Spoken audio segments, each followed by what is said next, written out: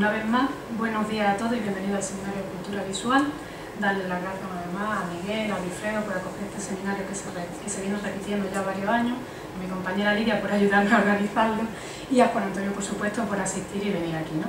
Bueno, Juan Antonio, me toca presentaroslo evidentemente, tiene un currículum muy extenso que no vamos a demorarnos en detallarlo del todo, solamente, bueno, pues decirle que estoy encantada de que esté aquí porque como compañero y como amigo, ¿no? Que fue mi profesor allí en Málaga cuando yo estudiaba, y decir que su vinculación con el Departamento de Historia del Arte de la Universidad de Málaga viene siendo desde hace mucho tiempo, ¿no? Alrededor de 1988, en el 2000 toma la plaza como profesor titular del departamento y hasta hoy día, ¿no?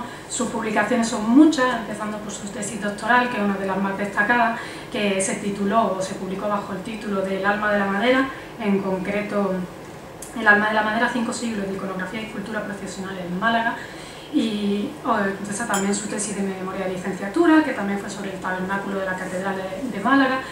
Pero hay que destacar que yo creo que lo más llamativo en Juan Antonio es que tiene un amplio abanico de líneas de investigación, ¿no? En primer lugar, porque investiga la historia y los temas del arte de la Edad Moderna, la iconografía e historia de la escultura, la creación mediática y el arte contemporáneo y los estudios de género, historia e historia del arte. Es decir, que Juan Antonio abarca mucho, un gran espectro de la historia del arte, por eso lo hemos traído hoy aquí, porque nos va a hacer un remix, si puede decirse, un poco original, ¿no? Que va a empezar desde la iconografía, en concreto la iconografía de San Sebastián, y que va a desarrollar hasta la cultura de masa y la cultura visual, evidentemente. Entonces, él ha investigado mucho en torno a esa línea, luego tiene también pues, cantidad de artículos, por ejemplo, una de las publicaciones, que no es un artículo, es un libro, ¿no? El de César Albasia, más importante el de César Albasia en la literatura artística del Renacimiento, que publicó junto a Eduardo Blázquez Mateo. Luego se encuentran también, ha tomado parte en proyectos de excelencia como Sistema de Información Aumentada de Monumentos Andaluces, SIAMA, en el Departamento de Tecnología Electrónica de la Facultad de Ingeniería de Telecomunicaciones de la Universidad de Málaga. También ha ejercido un papel importante dentro de la investigación y difusión del patrimonio, pues haciendo catalogación, por ejemplo, una catalogación de la biblioteca borrominiana, bueno, este no es de Málaga, perdón, catalogación de la biblioteca borrominiana de los Trinitarios Españoles en San Carlos, Ale Cuatro Fontana en Roma, también participó en esa catalogación. Pero bueno, como decía, tiene intervención importante en el Monasterio Gracia de Belén, Málaga y algunos más, ¿no? También ha tomado parte en revistas científicas, en el Boletín de Arte del Departamento de la Universidad de Málaga, del Departamento de Historia del Arte, ha sido miembro del Comité Científico Interno de la revista Museo y Territorio del Museo del Patrimonio Municipal de Málaga, de la Fundación Casa Natal Picasso, del Centro para el Desarrollo de la Comunicación y la Imagen, CDCOM, bueno, etcétera, ¿no? Entonces tiene un currículum muy amplio. Y sobre todo lo que a mí me gustaría destacar es eso, la cantidad de líneas de investigación que desarrolla y que hoy aquí ha conseguido conjugar en esta conferencia o intervención que vamos a escuchar. Así que muchas gracias a todos por asistir, a los alumnos, a los matriculados por apuntarse y por interesarse en nuestro seminario, y a Juan Antonio por venir. Buenos días.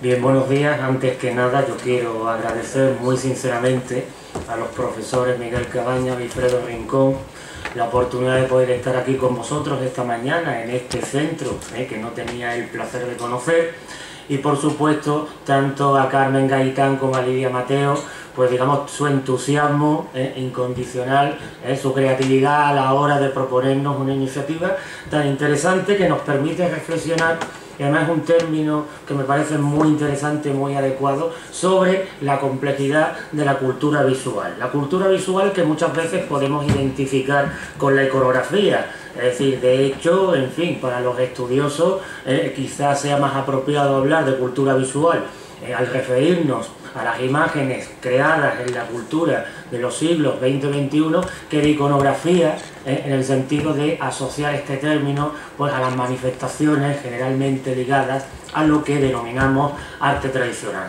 Evidentemente nosotros no vamos a entrar esta mañana en esas cuestiones, es decir, no voy a decir que sean discusiones bizantinas, pero lo que sí es cierto es que a nosotros quizás nos interesan otra serie de aspectos que van a tener como hilo conductor el tema que yo me gustaría proponeros para que sirva de reflexión, también espero que de debate al final de la intervención a lo largo de esta mañana. Dado que yo pretendo con la intervención de esta mañana, pues digamos, cubrir varios frentes. Es decir, además de, en fin, poderos transmitir una serie de ideas en torno al análisis pues, de un tema tremendamente fascinante y sugerente en la historia del arte, quizás de hecho uno de los más sugerentes que digamos haya podido generar la inmensidad creativa del ser humano, justo decir que yo también me propongo, y no puedo olvidar mi condición de docente, el ofreceros lo que podríamos llamar una propuesta, vamos a decirlo así, se lo comentaba anteriormente al profesor Cabañas, de análisis metodológico aplicado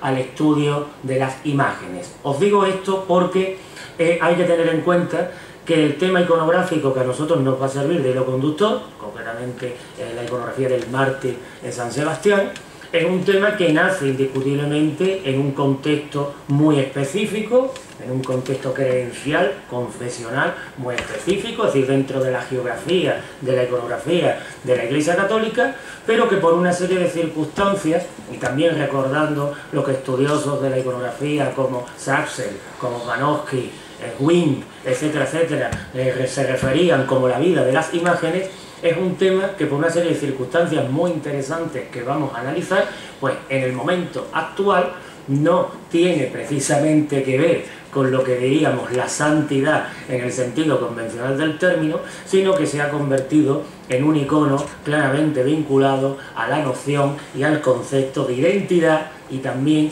un icono susceptible de analizarse desde la perspectiva de género. También otro objetivo que yo me propongo dentro de esta propuesta metodológica, pues fijaos, algo también que a mí me preocupa, siempre me ha preocupado y me ha interesado muchísimo como investigador y como docente de la historia del arte, es demostraros que el espíritu moderno no, digamos, es susceptible de patrimonializarse por la creación artística de unas determinadas etapas. Es decir, podemos hablar perfectamente de modernidad y de vanguardia en cualquier momento de la historia del arte, sobre todo a partir de determinados momentos, sobre todo a partir del Renacimiento, donde el artista pues adquiere conciencia de su propia condición de individuo, de su propia personalidad, y nace, como sabéis perfectamente, lo que nosotros denominamos el estilo, que es el sello individual que, digamos, separa o diferencia a un artista de otro. Es decir, aunque evidentemente los artistas, como hijos de su tiempo, siempre participen de lo que podríamos llamar unas constantes de época. Os digo esto porque también, por la misma circunstancia de que el tema iconográfico de San Sebastián, pues digamos, se sigue representando en la cultura visual actual, cuando nosotros como historiadores del arte nos aproximamos al estudio y a la investigación de las imágenes, tenemos que ser siempre prudentes, siempre cautos y, por supuesto, haciendo honor a lo que es el emblema de esta casa, siempre rigurosamente científico. Os digo esto porque es una cuestión importante. Es decir, no se puede frivolizar el análisis de las imágenes. Por ejemplo, cuando estamos hablando de una imagen contemporánea, digamos, diciendo que esta imagen se parece a la anterior, en fin, plantear la cuestión o el discurso como un mero ejercicio de ironía, de guiño, de reflejo intrascendente. Es decir, lo que tenemos que ver es cómo una iconografía que se crea con unas finalidades muy específicas, en un contexto muy específico y sobre todo unas funciones muy específicas, es capaz de ir moldeándose, es capaz de ir domesticando su significado para que a través, digamos, de la vida de las imágenes, terminar significando o terminar proyectando una serie de ideas completamente distintas. Por eso es fundamental para todos nosotros como historiadores del arte el poseer lo que es una formación integral en nuestra disciplina. Es decir, para analizar correctamente una imagen, para trabajar en iconografía de un modo adecuado, es fundamental siempre comprender el contexto en el que la imagen se genera. Es decir, no es lo mismo un San Sebastián del siglo, pensad, del siglo XV, que uno del siglo XX, aunque pueda haber en algunos casos, no en todos, elementos de conexión. Es decir, con lo cual, pues evidentemente, esto que os lo planteo desde un punto de vista teórico, es mejor verlo, sin más dilación, en el contexto de la plástica y de la práctica. Es decir, una imagen con una tremenda fuerza evocadora y que, fijaos, en un momento como el actual, donde el público ha perdido, podríamos decir, el vínculo con la imagen tradicional, es decir, ya no sucede como sucedía en otros tiempos, que personas de determinadas edades, pensad si los llevamos a una iglesia, son capaces de identificarnos a todos y cada uno de los santos de la corte celestial, sencillamente porque esas personas han asumido, han aprendido, han vivido dentro de un código donde se enseñaba de manera rutinaria a identificar el atributo con la imagen y por extensión con el personaje. Eso, fijaos, ha experimentado en el contexto actual un proceso, podríamos decir, de disolución, pero ojo, justo es decir que en el caso de nuestro protagonista de esta mañana no podemos decir lo mismo. Es decir, en el momento en el que vemos la imagen siempre, digamos, controvertida, siempre fascinante, siempre contradictoria, de un cuerpo masculino atravesado por flechas, indiscutiblemente siempre reverdece la memoria del mártir San Sebastián, trazando una serie de puentes sugerentes a lo largo de la historia del arte. ¿Qué nos permite a nosotros el estudio de este tema como historiadores del arte y también como depositarios de una disciplina que ya sabéis que en función de esas ideas, de esa tendencia actual muy acertada, digamos, a establecer contactos con otras áreas de conocimiento, pues digamos que nos plantea, como os decía, el estudio de esta imagen. Fijaos que en primer lugar, además de estudiar lo que sería la evolución de un tema iconográfico,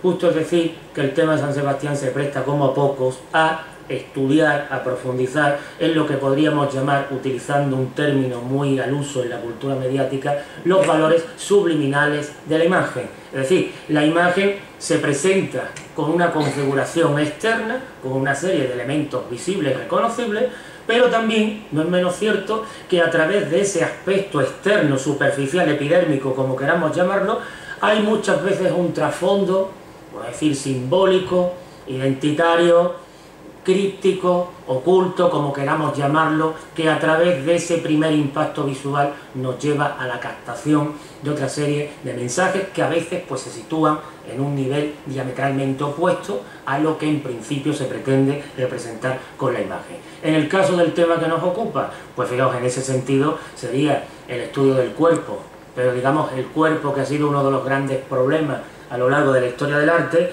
visto de un modo también muy particular, visto desde la subjetividad, es decir, no tanto desde la intronización del cuerpo por la academia, por el canon, como digamos la visión del cuerpo, por decir, como objeto de deleite, como objeto de disfrute estético, como objeto incluso o motivo que propicia la recreación consciente del artista en lo que el cuerpo como tal puede ofrecer como canto, podríamos decir, a la belleza externa, a la belleza sensual del ser humano. Pero ojo, aplicarlo también a un aspecto muy interesante, el cuerpo masculino.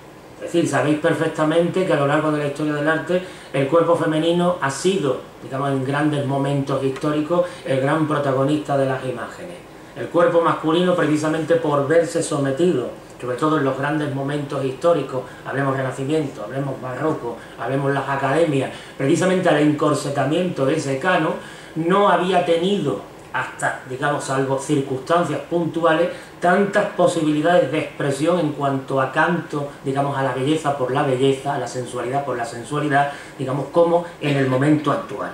También hay otra serie de cuestiones que evidentemente nos hacen que la vigencia de determinadas imágenes a lo largo de la historia del arte, como es el caso de San Sebastián, nos sitúen frente a procesos y a situaciones tan interesantes como las que estamos visualizando.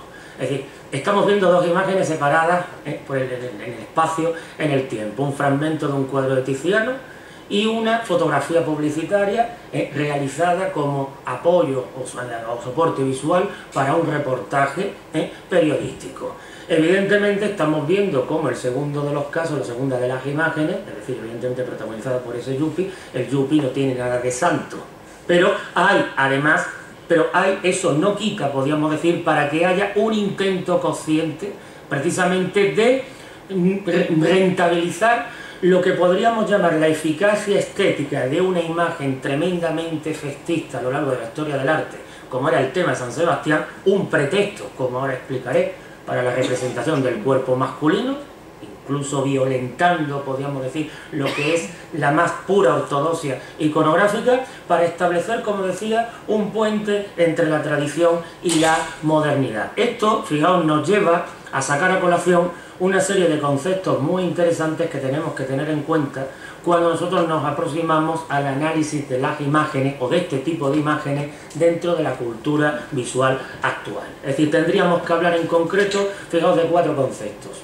Tendríamos que hablar de retroalimentación, tendríamos que hablar de desacralización, tendríamos que hablar de desmitificación y tendríamos que hablar de remodelación. Voy a irlo comentando conforme vaya explicándolo sobre la base del ejemplo que tenéis en pantalla. Retroalimentación, efectivamente, es decir, muchas imágenes modernas, muchas imágenes contemporáneas quieren voluntariamente establecer vínculos con el arte del pasado, no con la intención de mimetizarlo, de copiarlo servilmente, ni muchísimo menos, sino de establecer, como decía, una vinculación a partir de la cual se va a construir una imagen diferente, digamos, rentabilizando el aporte, podríamos decir, visual, canalizado y proyectado sobre su precedente. Sería una retroalimentación.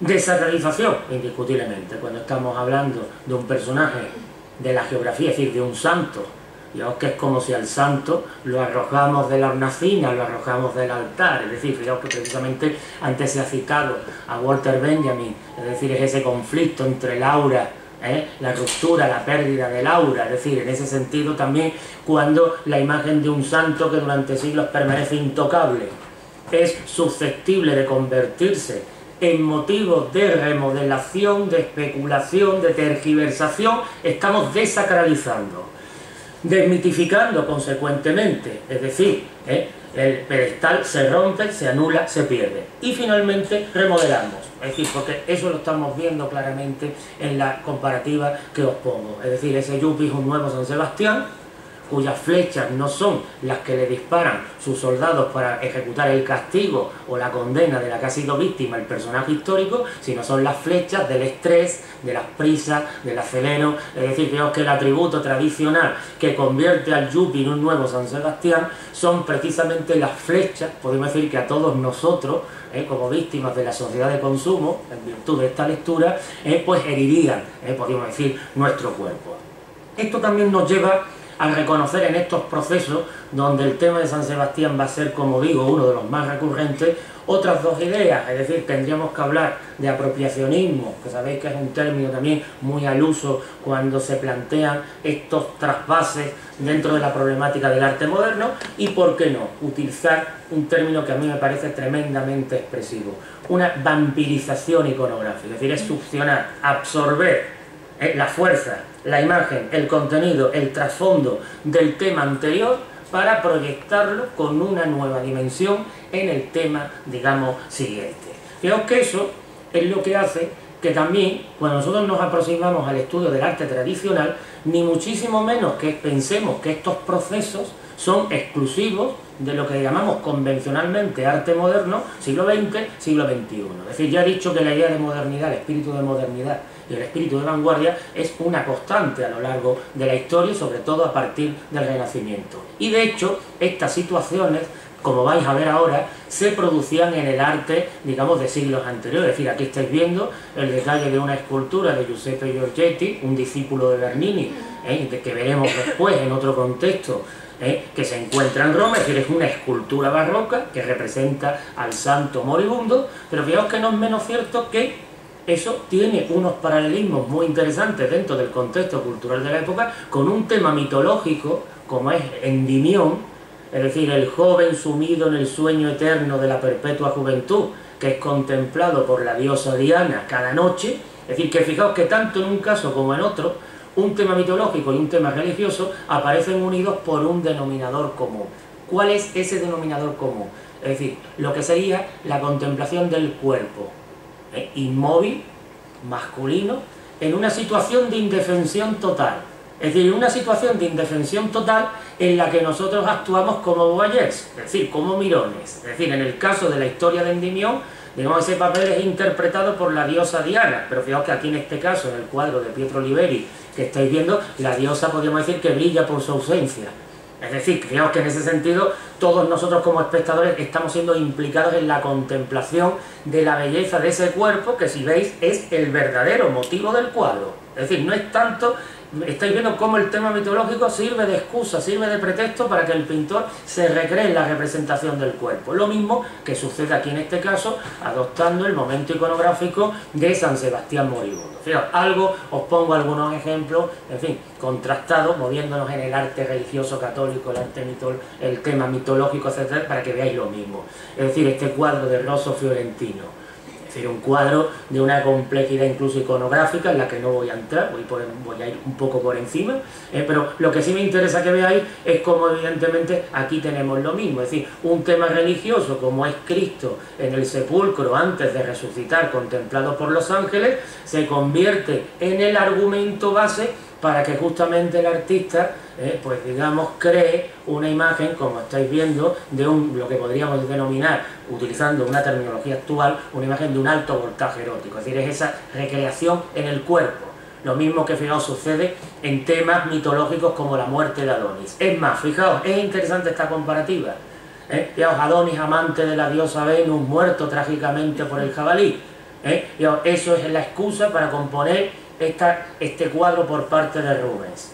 Fijaos que esto podría ser la muerte de Adonis perfectamente, de no ser porque no aparece la diosa y aparecen los ángeles. Es decir, pero conceptualmente, fijaos, lo mismo que hemos enlazado las dos imágenes anteriores, podíamos enlazar estas dos otras. Es decir, cómo los temas iconográficos, a través de la representación del cuerpo y de esas lecturas subliminales, se funden y se confunden.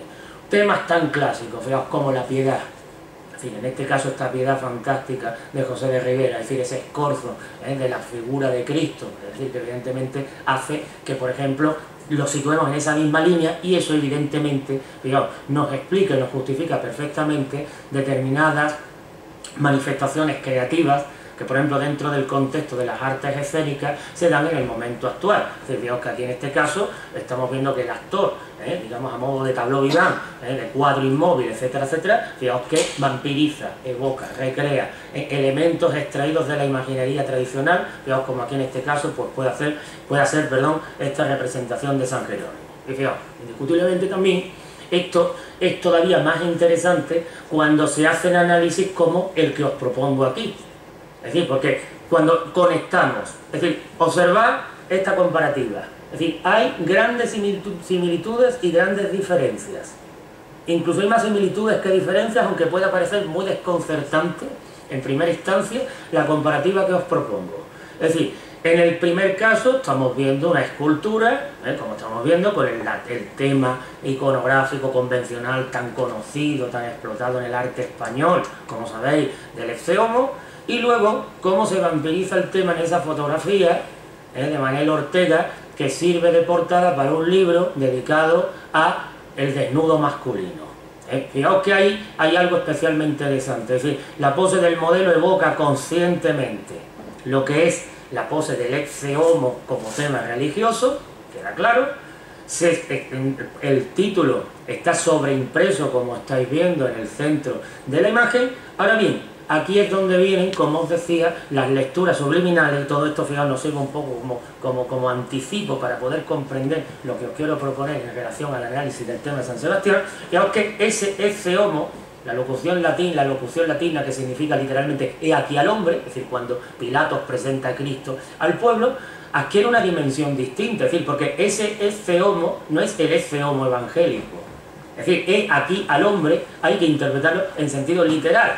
Es decir, no podemos olvidar que la fotografía sirve de base como portada para un libro dedicado al desnudo masculino. Es decir, lo que vamos a mostrar es la excelencia, la belleza, la sensualidad del cuerpo del hombre. Es decir, he aquí el hombre en sentido literal. Pero ojo, esto que fijaos podría resultar tan simple, tan sencillo de ver en el caso de la imagen moderna, digamos que también en cierto modo introduce una sutil contradicción, ambigüedad, como queramos llamarlo, en la imagen tradicional. Es decir, porque podríamos hacernos también nosotros la siguiente pregunta: ¿es que acaso el escultor que ha realizado esa obra no pretende exactamente o más o menos lo mismo que el fotógrafo? Es decir, ¿es que el escultor, utilizando y rentabilizando un tema donde, si me permitís decirlo un poco coloquialmente, el desnudo va a estar exigido o va a estar impuesto por exigencias del guión, no es una oportunidad excepcional para que precisamente también ese Ecce Homo evangélico no sea también ese homo en sentido laico, literal, etcétera, etcétera, que estamos hablando. Fijaos, es decir, esto es lo que os quiero comentar con la idea de trazar esos puentes. Y ojo, os insisto también en una cuestión, si me permitís, esto es una conferencia, pero si me permitís quiero que sea también un poco una clase.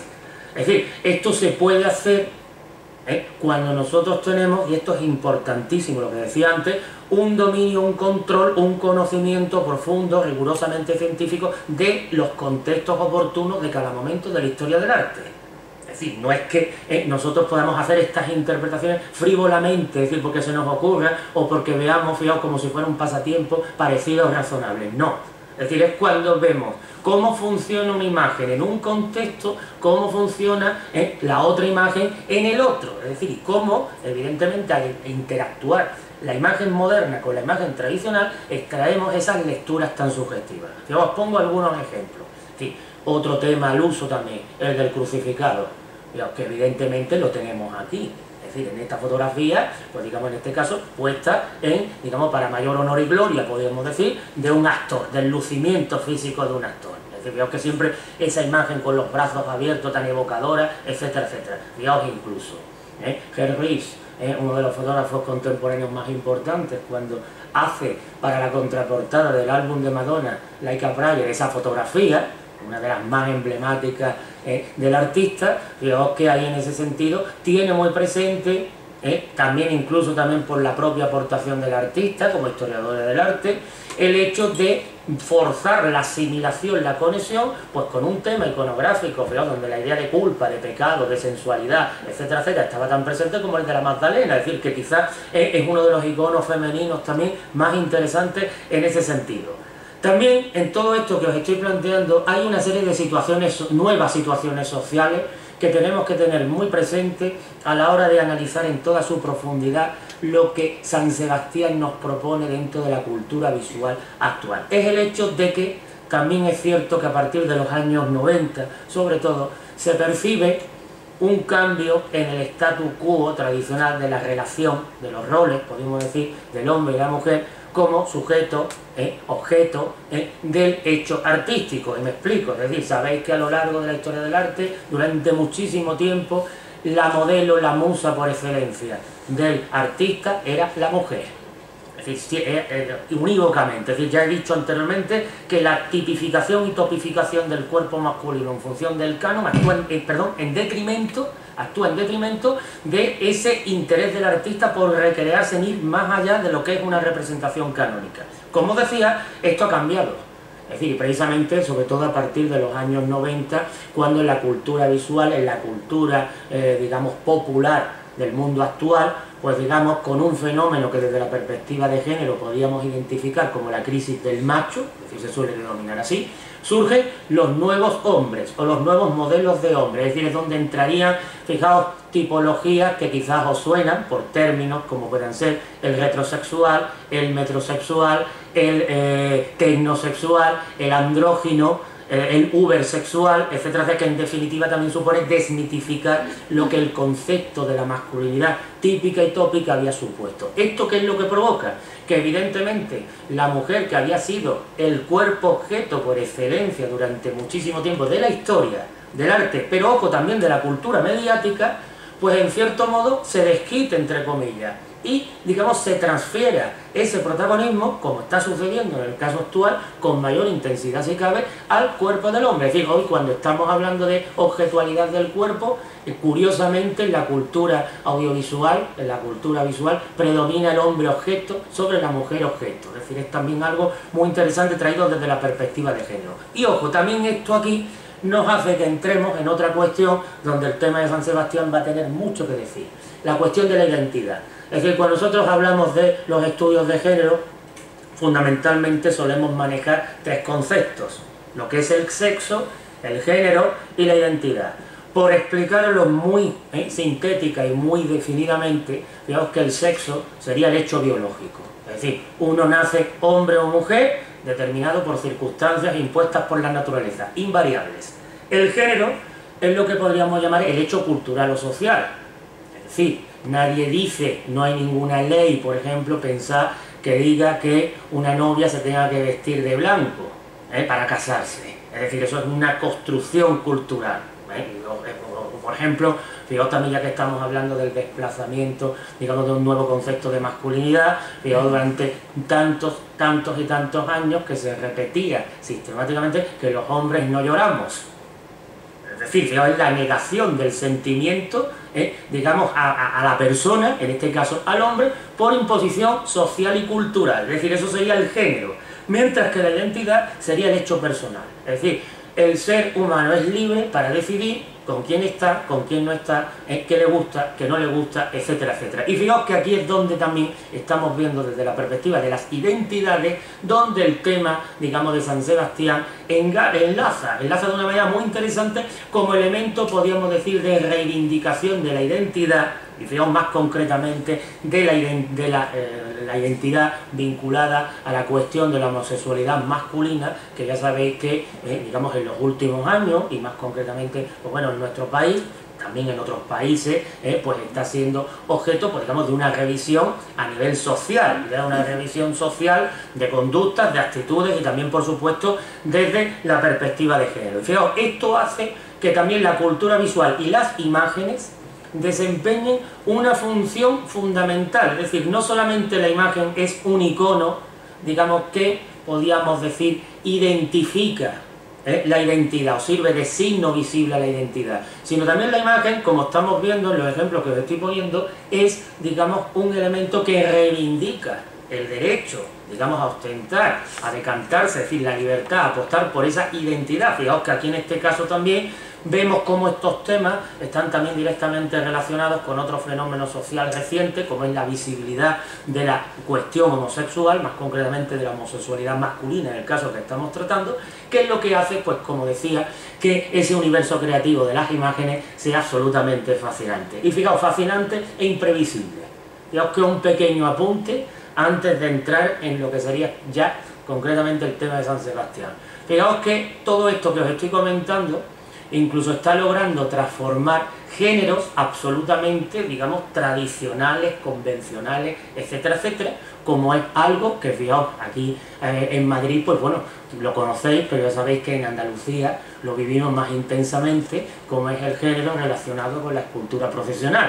Es decir, fijaos que lo que estáis viendo es una figura, una escultura realizada pues para una composición, para un misterio, un paso de Semana Santa. Es interesante el ver esta figura. Es lo mismo que sucede con esto, lo mismo que sucede, fijaos, con este Cristo resucitado. Y fijaos que esto está permitiendo hablar, fijaos que aunque el término os pueda resultar un poco desconcertante, pero tiene una explicación, podríamos decir, sociológica muy interesante en conexión con este contexto que os estoy comentando, el poder hablar, por ejemplo, al ver estas figuras, que son transcripciones literales de cuerpos masculinos, es decir, que además con un claro sentido, con una mirada subjetiva, en sentido homoerótico, abiertamente homoerótico, de lo que podríamos llamar un neobarroco gay. Es decir, que veamos que hay incluso algo que también nos sitúa frente a unas perspectivas de amplificación, podríamos decir, extraordinarias ante el poder de las imágenes y, digamos, esa capacidad, digamos, de adaptarse a las circunstancias de tal manera que también las imágenes, no podemos olvidar, las imágenes son creadas por los seres humanos y los seres humanos somos los que consumimos las imágenes y, en cierto modo, muchas veces o bien no se nos impone, o bien otras veces nos gusta ver que las imágenes sean de una determinada manera y no de otra. Todo esto nos sitúa justamente en la contextualización del gran protagonista, ya os digo, de esta mañana, como es el mártir San Sebastián, que veo experimenta también a lo largo de la historia del arte un proceso que nosotros podríamos sintetizar dividido claramente en dos partes. Es decir, desde los orígenes del tema, de San Sebastián en la Edad Media, incluso antes, en las más antiguas representaciones del arte cristiano, hasta el manierismo, el nacimiento manierismo, podríamos hablar de una representación convencional donde lo que estamos representando es el santo. A partir del siglo XVI se sigue representando el santo, pero justo es decir que por una serie de circunstancias que ahora os comentaré, es a partir del siglo XVI cuando San Sebastián experimenta un desgaste como imagen religiosa y experimenta su irreversible transformación en lo que llamaríamos, desde una perspectiva terminológica actual, un icono gay, es decir, un emblema de la homosexualidad masculina. Y esto sucede, fijaos, por un proceso histórico que se relaciona con lo que estáis viendo en pantalla. Es decir, en un contexto anterior al manierismo, en el propio manierismo, digamos, la identidad, la reafirmación de la identidad homosexual del artista se expresaba fundamentalmente a través de un mito griego, que es el que estáis viendo en estas pantallas, en la pantalla, es decir, el mito de Ganímedes. Es decir, Ganímedes fue el único amor homosexual de Zeus. Sabéis por la mitología griega que Zeus o Júpiter conquistó a numerosas mujeres de las más imprevisibles formas y maneras. Es decir, el propio nombre de la obra de Ovidio, Metamorfosis, está en directa relación con estas inquietudes de Zeus, es decir, transformándose en lluvia de oro, si recordáis con Dánae, transformándose en toro para seducir a Europa, transformándose en nube para seducir a Io, es decir, y así consecutivamente. Es decir, el único amor, digo, homosexual de Júpiter es el pastor, el príncipe pastor Ganímedes, al cual, pues bueno, ya sabéis que hay una iconografía muy conocida, donde, digamos, vemos que Zeus rapta al pastor, transformado en águila, y entonces, pues precisamente al llevarlo al Olimpo, lo convierte en copero de los dioses. Fijaos que cuando se estudian los mitos griegos, es interesante tener en cuenta que cuando se inventa para Zeus este amor homosexual, se hace con dos objetivos concretos, visto desde el punto de vista de la historia de las religiones y de la antropología. Sería, por un lado, el hecho de que, fijaos, Zeus como padre de los dioses es la divinidad que compendia la totalidad de los elementos configurantes del ser humano. Y consecuentemente, si estamos hablando que también acapara la totalidad de la sexualidad, desde el punto de vista del mundo griego, la sexualidad no puede ser completa si además de amar a una mujer, no se ama a un hombre. Es decir, sabéis que aquí en este sentido está también, digamos, el prestigio social de la homosexualidad en el mundo griego, incluso elevado a una categoría, podríamos decir, de lo sublime, a través de historias de amor concretas, como las que protagonizan en su día los dos personajes que tenéis en pantalla, el emperador Adriano y su favorito o su acompañante Antino. Es decir, que en el mundo romano reverdece en ese sentido de la homosexualidad como elemento de prestigio, pero como decía, esta idea sublime del mundo griego, en el contexto sobre todo manierista, aquí estáis viendo un dibujo de Miguel Ángel donde se representa el tema de Ganímedes, es decir, que también representan muchos pintores, se ve como expresión, podríamos decir, de una homosexualidad, podríamos decir, más libre, más liberal, incluso, si me permitís, en algunos casos, más libertina. Es decir, no es esa idea, digamos, sublime, elevada de la homosexualidad en el mundo griego, sino, digamos, algo que sabemos por fuentes literarias de primer orden, que evidentemente, pues digamos, apasionaba y mucho a algunos de los grandes nombres de la creación manierista. Es decir, tanto Miguel Ángel como Benvenuto Cellini, Pietro Aretino, etcétera, etcétera. Fijaos que lo que sucede es que en el contexto manierista, ya sabéis que cuando llegamos al año 1527 y tiene lugar el saco de Roma por las tropas del emperador Carlos V, es una experiencia traumática, digamos a nivel cultural, social, religioso. Y esto conlleva que a partir de ese momento, y no digamos nada, cuando en 1563 se clausura el Concilio de Trento, las representaciones de Ganímedes asociadas a la reivindicación, podríamos decir, homosexual, o a la lectura homosexual, comiencen a estar mal vistas. Es decir, precisamente por lo que implicaba, digamos, la consumación, podemos decir, de lo que el tema mitológico de Ganímedes transmitía, es decir, la consumación de ese amor a través de la práctica, podemos decir, del sexo, que las fuentes de la época denominan con esa palabra, ese término tan contundente de sodomía. Es decir, en ese sentido hay como un rechazo social a esa explicitez de la sexualidad homoerótica, y consecuentemente esto viene a coincidir con el solapamiento que a partir de ese momento todas estas ideas van a proyectarse o van a ir proyectando con respecto al tema de San Sebastián. Un poco para que veáis también lo mismo que estamos haciendo, la proyección de los mitos, de los temas en la cultura visual actual. Fijaos que esta fotografía, el mito de Ganímedes está presente de un modo tan sugerente, tan lírico incluso, como es el diseño de ese mueble, como estáis viendo, con forma de águila, hacia al cual se acerca el muchacho, pues ya es suficiente para connotar automáticamente la imagen con esa intención mitológica, aunque esto evidentemente no sea ni una fotografía que quiere ser mitológica, pero que lo termina siendo por obra y gracia de la cultura visual. Bien, como os comentaba, llegamos a nuestro personaje y tenemos que tener en cuenta esas dos fases que os decía, desde los orígenes hasta el manierismo y del manierismo en adelante para estudiar la situación. Fijaos que evidentemente cuando hablamos de una historia, hablamos de un personaje, esa historia hay que contarla desde un principio. Fijaos, cuando nosotros analizamos las fuentes de donde se nutre, de donde se genera, de donde se crea la iconografía de San Sebastián, tenemos una serie de fuentes que los que trabajamos en iconografía ya sabéis que son siempre recurrentes. Es decir, desde la leyenda dorada de Jacopo de Voragine, es decir, a todos los repertorios hagiográficos, y en definitiva estos libros son los que proporcionan el guión que los artistas van a reproducir. Creo que aquí en este caso estamos viendo uno de los ciclos iconográficos más completos dedicados a San Sebastián, como es el que pinta el Veronés en la iglesia de San Sebastián de Venecia. Y fijaos, ¿cuál es la historia? Fijaos, según esta fuente se nos dice, fijaos, vais a ver, digamos, como no hay nada en las fuentes que evidentemente nos hagan detectar ni siquiera lo más mínimo lo que va a terminar pasando con San Sebastián.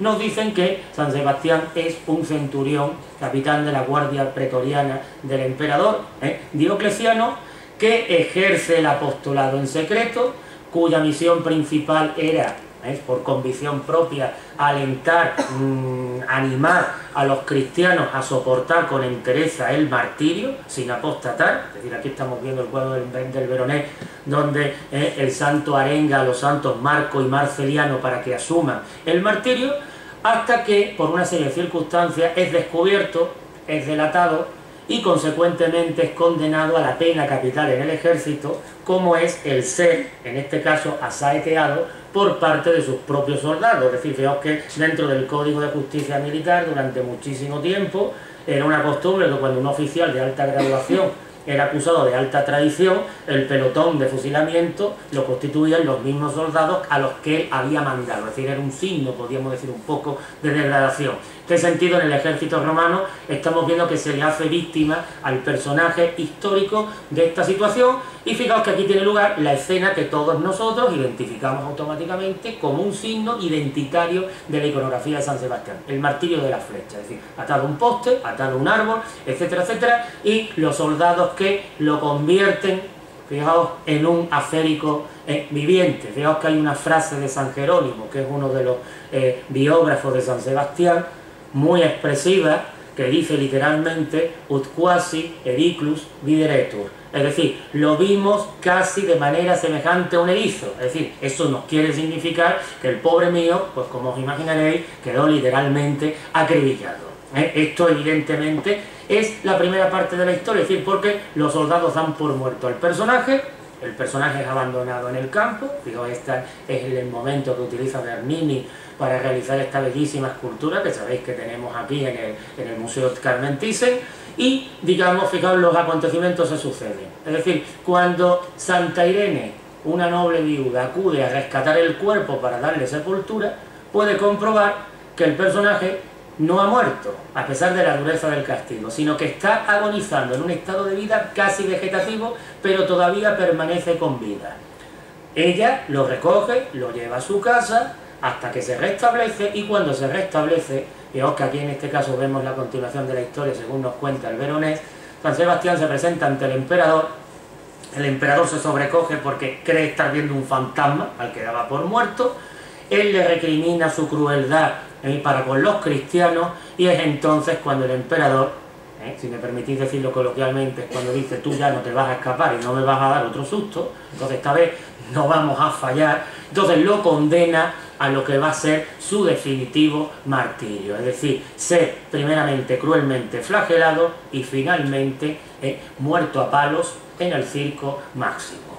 Fijaos que esto nos plantea ya una cuestión, bueno, la historia, fijaos un poco, también para humillar el cadáver, el emperador ordena que se tire el cadáver a la cloaca máxima de Roma. Lo que sucede es que milagrosamente queda colgado de un pincho, es decir, el cadáver no llega a caer en realidad en el fondo de la cloaca, y esto permite, fijaos la escena que aquí maravillosísimamente en uno de los cuadros de historia más maravillosos del siglo XIX español, que podéis ver aquí en el Prado, el entierro de San Sebastián de Alejandro Ferrán, esta obra tan maravillosa como decía, que precisamente el cuerpo del mártir pueda ser, digamos, honrado, pueda ser sepultado y pueda ser venerado como atleta de Cristo, es decir, utilizando el término propio de la época. Fijaos que aquí tenéis el altar de la Basílica de San Sebastián de Roma, debajo del cual está la escultura que anteriormente os ponía de Giuseppe Giorgetti, y donde están los restos del personaje, en fin, esta imagen que anteriormente comentaba. Aquí, fijaos, tenemos que hacernos una reflexión. Todos nosotros sabemos que como historiadores del arte, cuando nosotros estamos estudiando la iconografía y la iconografía de un santo, y si ese santo es mártir, sabemos perfectamente por las historias de que antes que el mártir muera, ya sea cortándole la cabeza, ya sea quemándolo en una hoguera, ya sea lo que se os ocurra, antes de que llegue ese momento, que es lo que terminológicamente se denomina el transitus, es decir, el nacimiento a la nueva vida, a la vida eterna, pues el mártir ha sufrido múltiples ferrerías, es decir, lo han azotado, lo han abofeteado, en fin, le han hecho de todo. Fijaos que esto os lo digo para que apliquéis esta reflexión a nuestro protagonista.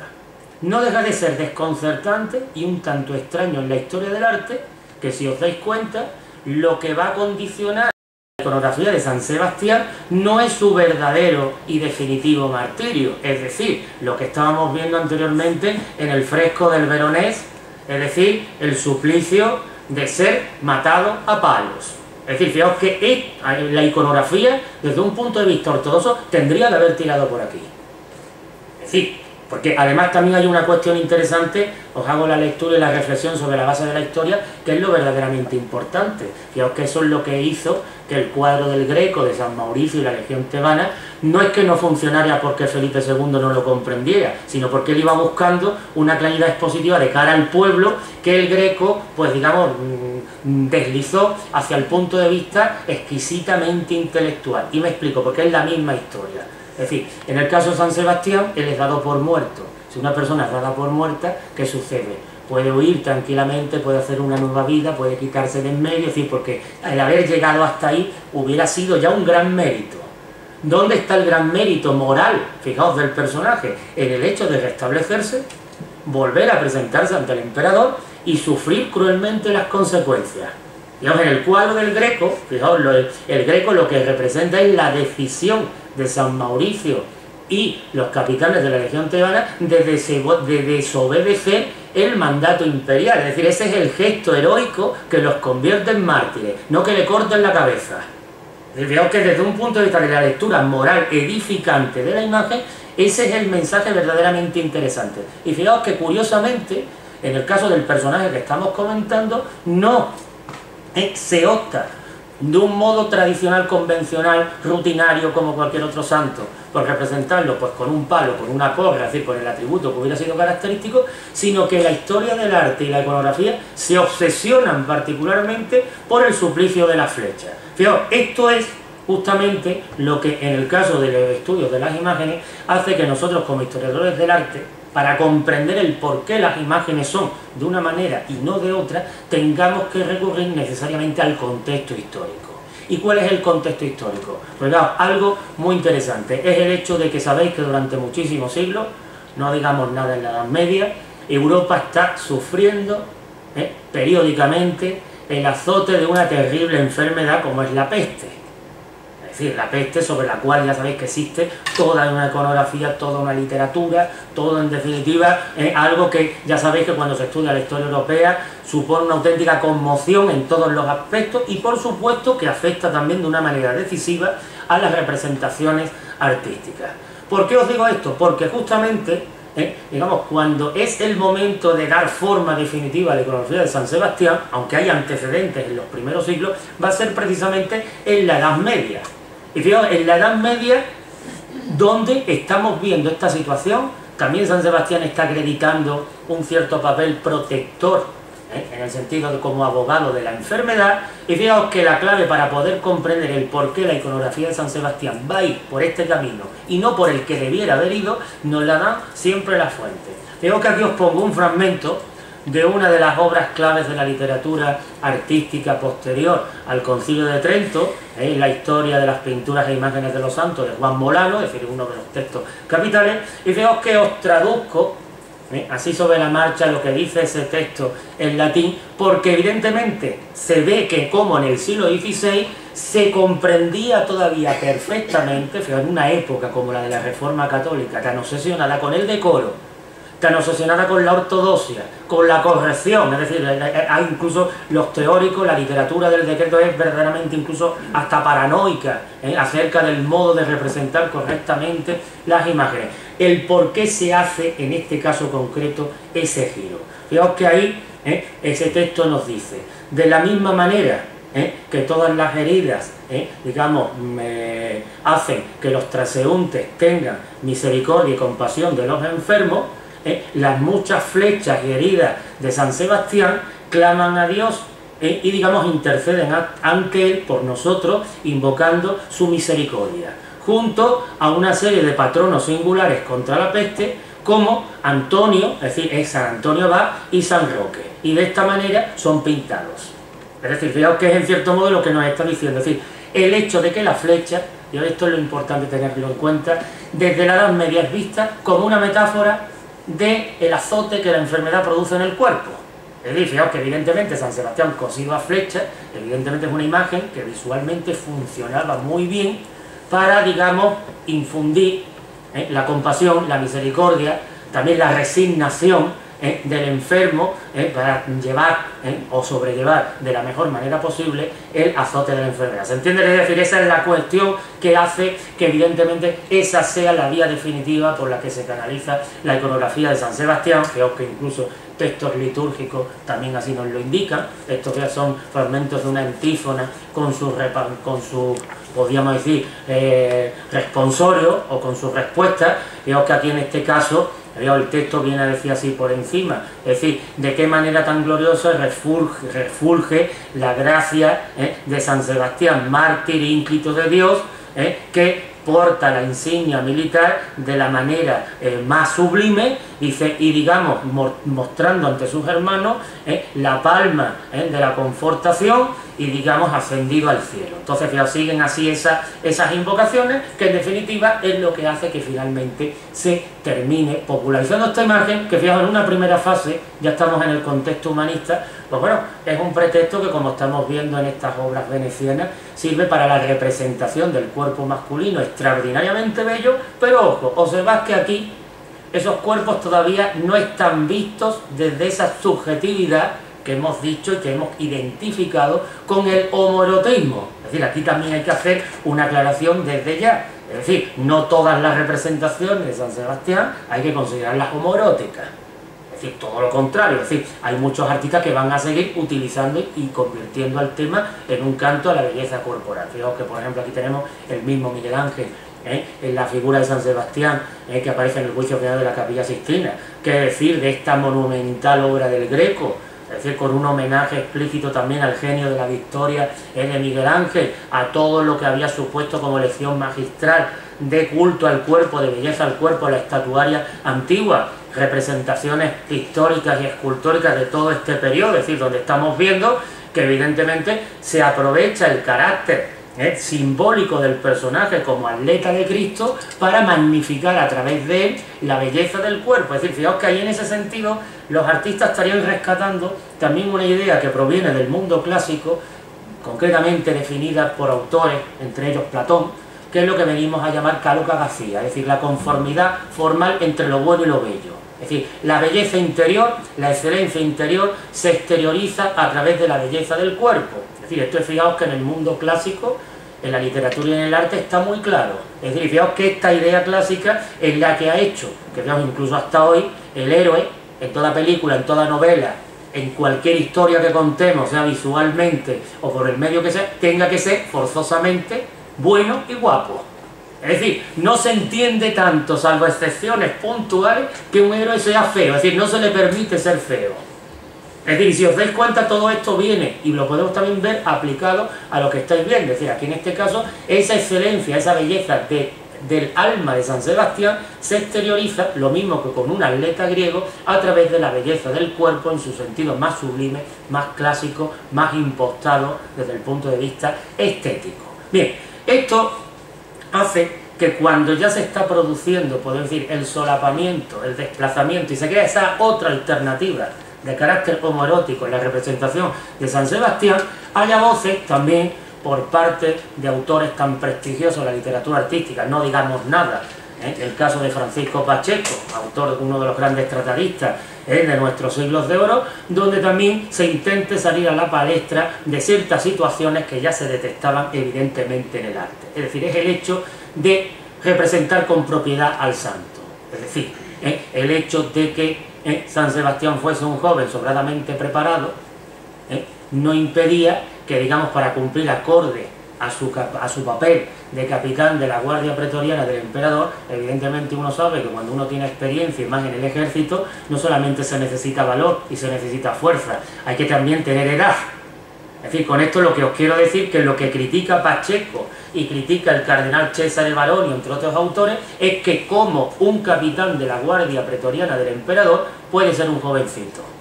Como lo estaban representando, venían siendo representados por numerosos artistas a partir de un momento dado. Esto hace o hizo que incluso el propio Pacheco, además de la teoría, propusiera lo que era una iconografía reformada de San Sebastián. Y es lo que estamos viendo aquí. Veo que el elemento más significativo, si os dais cuenta, es que lo representa como un adulto, con barba. Es decir, incluso se aconseja la edad, es decir, de un hombre de unos 40 años, es decir, un hombre con unos 40 años es un hombre que está en la plenitud de su fuerza, de su juventud, etcétera, etcétera, pero evidentemente y aporta la experiencia de la edad sin menoscabo de lo que es la inexperiencia de un joven. Entonces, eso lo plasma en este cuadro que realiza para el Hospital de San Sebastián de Alcalá de Guadaira, desapareció en la Guerra Civil. Fijaos que estáis viendo San Sebastián atendido por Santa Irene, pero ojo, Pacheco sabe que cuando una imagen lleva ya funcionando 300 años, y fijaos, eso sigue pasando, es muy difícil que el público se acostumbre a lo nuevo o acepte lo nuevo que se propone. Y fijaos que de un modo muy inteligente, observad que en ese cuadro aparece al fondo una ventana que se abre. Es uno de los antecedentes, si recordáis las obras de Velázquez, de Cristo en casa de Marta y María, en fin, una serie de cuadros donde aparece un desdoblamiento de la escena, digamos en diferentes planos, un antecedente en su propio suegro y maestro. Fijaos que lo que hace es abrirnos la ventana para que todo el público pueda reconocer quién es el personaje que está acostado, es decir, es San Sebastián. Es decir, hay un antes y un después, la escena que acontece primero en el fondo y la escena que acontece después en primer término. Bien, como os decía, eso hace que tengamos que hablar a partir de un manierismo tardío de esa doble tendencia. Es decir, unas representaciones que van a seguir por la línea heroica, tradicional, clásica, y otras que, digamos, van a producir o van a propiciar el solapamiento, como os comentaba, con la cuestión identitaria y más concretamente con la reivindicación o, digamos, la cuestión en la identificación homosexual. Veos que, por ejemplo, uno de los casos más interesantes es este cuadro de Bronchino, que es lo que sería un retrato a lo divino, es decir, un personaje nobiliario de la familia de los Medici, es decir, un joven, que evidentemente estamos viendo que de santo no tiene nada, es decir, es una imagen muy directa, pero que se convierte en santo automáticamente tan solo colocando, como estáis viendo en el costado, la flecha. Es decir, esto es muy interesante porque es el mismo criterio, el mismo guiño, la misma dislocación, la misma remodelación que estamos viendo que se produce en la cultura visual actual. Fijaos que hay una obra emblemática que viene a marcar un antes y un después en este proceso que estoy comentando, que es esta justamente que estáis viendo, es decir, la obra de Giovanni Antonio Bazzi, más conocido por su sobrenombre, el Sodoma, que en este San Sebastián que estáis viendo es donde consagra a partir de este momento el desdoblamiento iconográfico que os comento. San Sebastianes clásicos y San Sebastianes vistos, como estamos viendo aquí, desde la perspectiva homoerótica, es decir, la languidez del cuerpo, la languidez de la mirada, es decir, va a ser a partir de ahí la vía que nos va a conectar con las cuestiones del arte contemporáneo. Primero Sodoma, pero ojo, lo mismo que él, Guido Reni. Es decir, precisamente Guido Reni, que dentro de la pintura clasicista barroca es uno de los artistas más proclives a la representación de la belleza lánguida, la belleza delicada, etcétera, etcétera, tiene una serie de San Sebastianes donde va a ir consagrando, curiosamente, el modo de representación de esta tendencia que estamos comentando. Fijaos que contrasta abiertamente, ¿no?, en pintores del mismo siglo, con el naturalismo tan incisivo que, por ejemplo, estáis viendo aquí, del que hace gala Rivera. Es decir, fijaos que se sitúan en las antípodas de la representación. Es decir, aquí en este caso, fijaos, un naturalismo crudo, fijaos, digamos, siendo incisivo en el análisis, observad que estamos viendo, y eso sería una cuestión que preocuparía a muchos hombres en el momento actual, un San Sebastián sin depilar. Es decir, que fíjate que es un rasgo naturalista, fijaos, pero no es una cuestión que pueda ser baladí. Es decir, el hecho de que estéis viendo que el pintor retrate el vello en la axila, en el pecho, etcétera, etcétera, es porque en este caso el pintor quiere ser completamente fiel al modelo. Ojo, fijaos en este, del mismo Rivera. Es un registro que, sin abandonar esa tendencia habitual en él, pero ya opta por una vía que podemos decir más políticamente correcta, y que por la vía de los affetti quizá esté más cerca el segundo de este, que evidentemente este que queda en otro registro distinto. En fin, como os decía, son varias representaciones que en esta línea, estáis viendo, os pongo un elenco un poco también, un canto a la carne, podemos decir, por parte de la pintura flamenca, Rubens y Van Dyck. Y aquí, en este caso, ya enlazaríamos con lo que serían las interpretaciones del tema en el momento actual. Veamos que a través de la literatura y del arte estamos viendo cómo el tema de San Sebastián es visto como un elemento identitario y un elemento reivindicativo. Os pongo estas palabras de Federico García Lorca, que fijaos nos sirven pues también para ilustrar el acercamiento iconográfico que el propio poeta hace a este tema. Y fijaos con estos dos dibujos y de ese modo tan tremendamente interesante. Es decir, una representación, digamos, más en la línea ingenua de los dibujos, como sabéis, más conocidos, y una interpretación metafórica, fijaos, a través del ojo descontextualizado rodeado de las flechas, muy interesante, porque precisamente desde la teoría queer, fijaos que uno de los elementos que, a modo o a juicio de los autores de la teoría queer, justifican la plena vigencia del tema de San Sebastián, y es muy interesante trazar la relación con este dibujo, este segundo dibujo de Federico García Lorca, es el hecho de que las flechas del santo, es decir, convertido por la cultura contemporánea en patrón, vamos a decirlo así, del colectivo homosexual, vienen a representar las flechas de la incomprensión, de la injusticia, de la homofobia, que, digamos, que se encarnizan, que convierten en víctimas, pues digamos, a las personas que optan por una opción personal, como la que estamos comentando. ¿Se entiende la idea? Es decir, es también un poco cómo se están, digamos, cruzando toda esa serie de elementos, también fijaos, por hacer un referente de prestigio a la cuestión, nos hace también esta interpretación de San Sebastián, Salvador Dalí, también dentro de esa serie de cuestiones. Y fijaos también que, sin abandonar nombres de primera fila dentro del sentido de la creación artística contemporánea, vemos la aportación por un lado de Pierpaolo Pasolini, y también en este caso viene interactuando el cine, en este caso con la creación plástica, y ese segundo San Sebastián, que es de Marcel Duchamp. Es decir, Marcel Duchamp, que aquí en este caso, pues al representar ese San Sebastián lo hace, como no podía ser menos, con una mirada crítica, con una mirada irónica, con una mirada, podríamos decir, iconoclasta. Es decir, lo que está pintando ahí Marcel Duchamp no es otra cosa que una figura de escayola, es decir, una figura seriada, un subproducto, podríamos decir, digamos, convertido en objeto de consumo cotidiano, que él convierte a modo de giro el elemento protagonista del cuadro. Y fijaos que lo mismo estaríamos viendo como los artistas modernos, pues digamos, se acercan al tema desde diferentes perspectivas. Diferentes perspectivas, ya sea desde la reivindicación, podríamos decir, más militante, desde la ironía, desde la remodelación, etcétera, etcétera. Es decir, fijaos que en el primer caso, como esa escultura de Joan Priego, pues convierte, fijaos, de hecho, a lo que muchos quizás podemos llegar a pensar cuando vemos un cuadro convencional del martirio de San Sebastián, es decir, que parece que los soldados están jugando al tiro al blanco. Es decir, eso es lo que hace que el artista desenmascare la representación tradicional y convierta al personaje en una diana humana, es decir, en un blanco, como estamos viendo aquí, o como en el otro caso, sometido a la voracidad, como estáis viendo, muy peculiar de esos leones, y en la misma línea tanto las representaciones escultóricas como las pictóricas. Es decir, en este sentido, el tratamiento del tema también está directamente relacionado con la importancia que la posmodernidad ha otorgado a la fragmentación y a la recuperación de citas del mundo clásico, es decir, tanto en pintura como por ejemplo estamos viendo aquí en la fotografía, digamos que siempre la pose, la construcción de la imagen de una determinada manera son las que establecen los vínculos y tal, e incluso como estamos viendo hasta la fotografía publicitaria, la fotografía dedicada, como veíamos al principio, a, digamos, exaltar a un determinado personaje, digamos como ahí no tenemos flechas, ahí no estamos viendo elementos y tal, pero la composición está directamente enlazada con el tema que estamos tratando, es decir, esa serie de cuestiones. Ojo, también es interesante el ver cómo a la hora de practicar todas estas vampirizaciones, como yo comentaba, o retroalimentaciones sobre el arte tradicional, no todas las imágenes que ofrece el arte tradicional tienen la misma fuerza.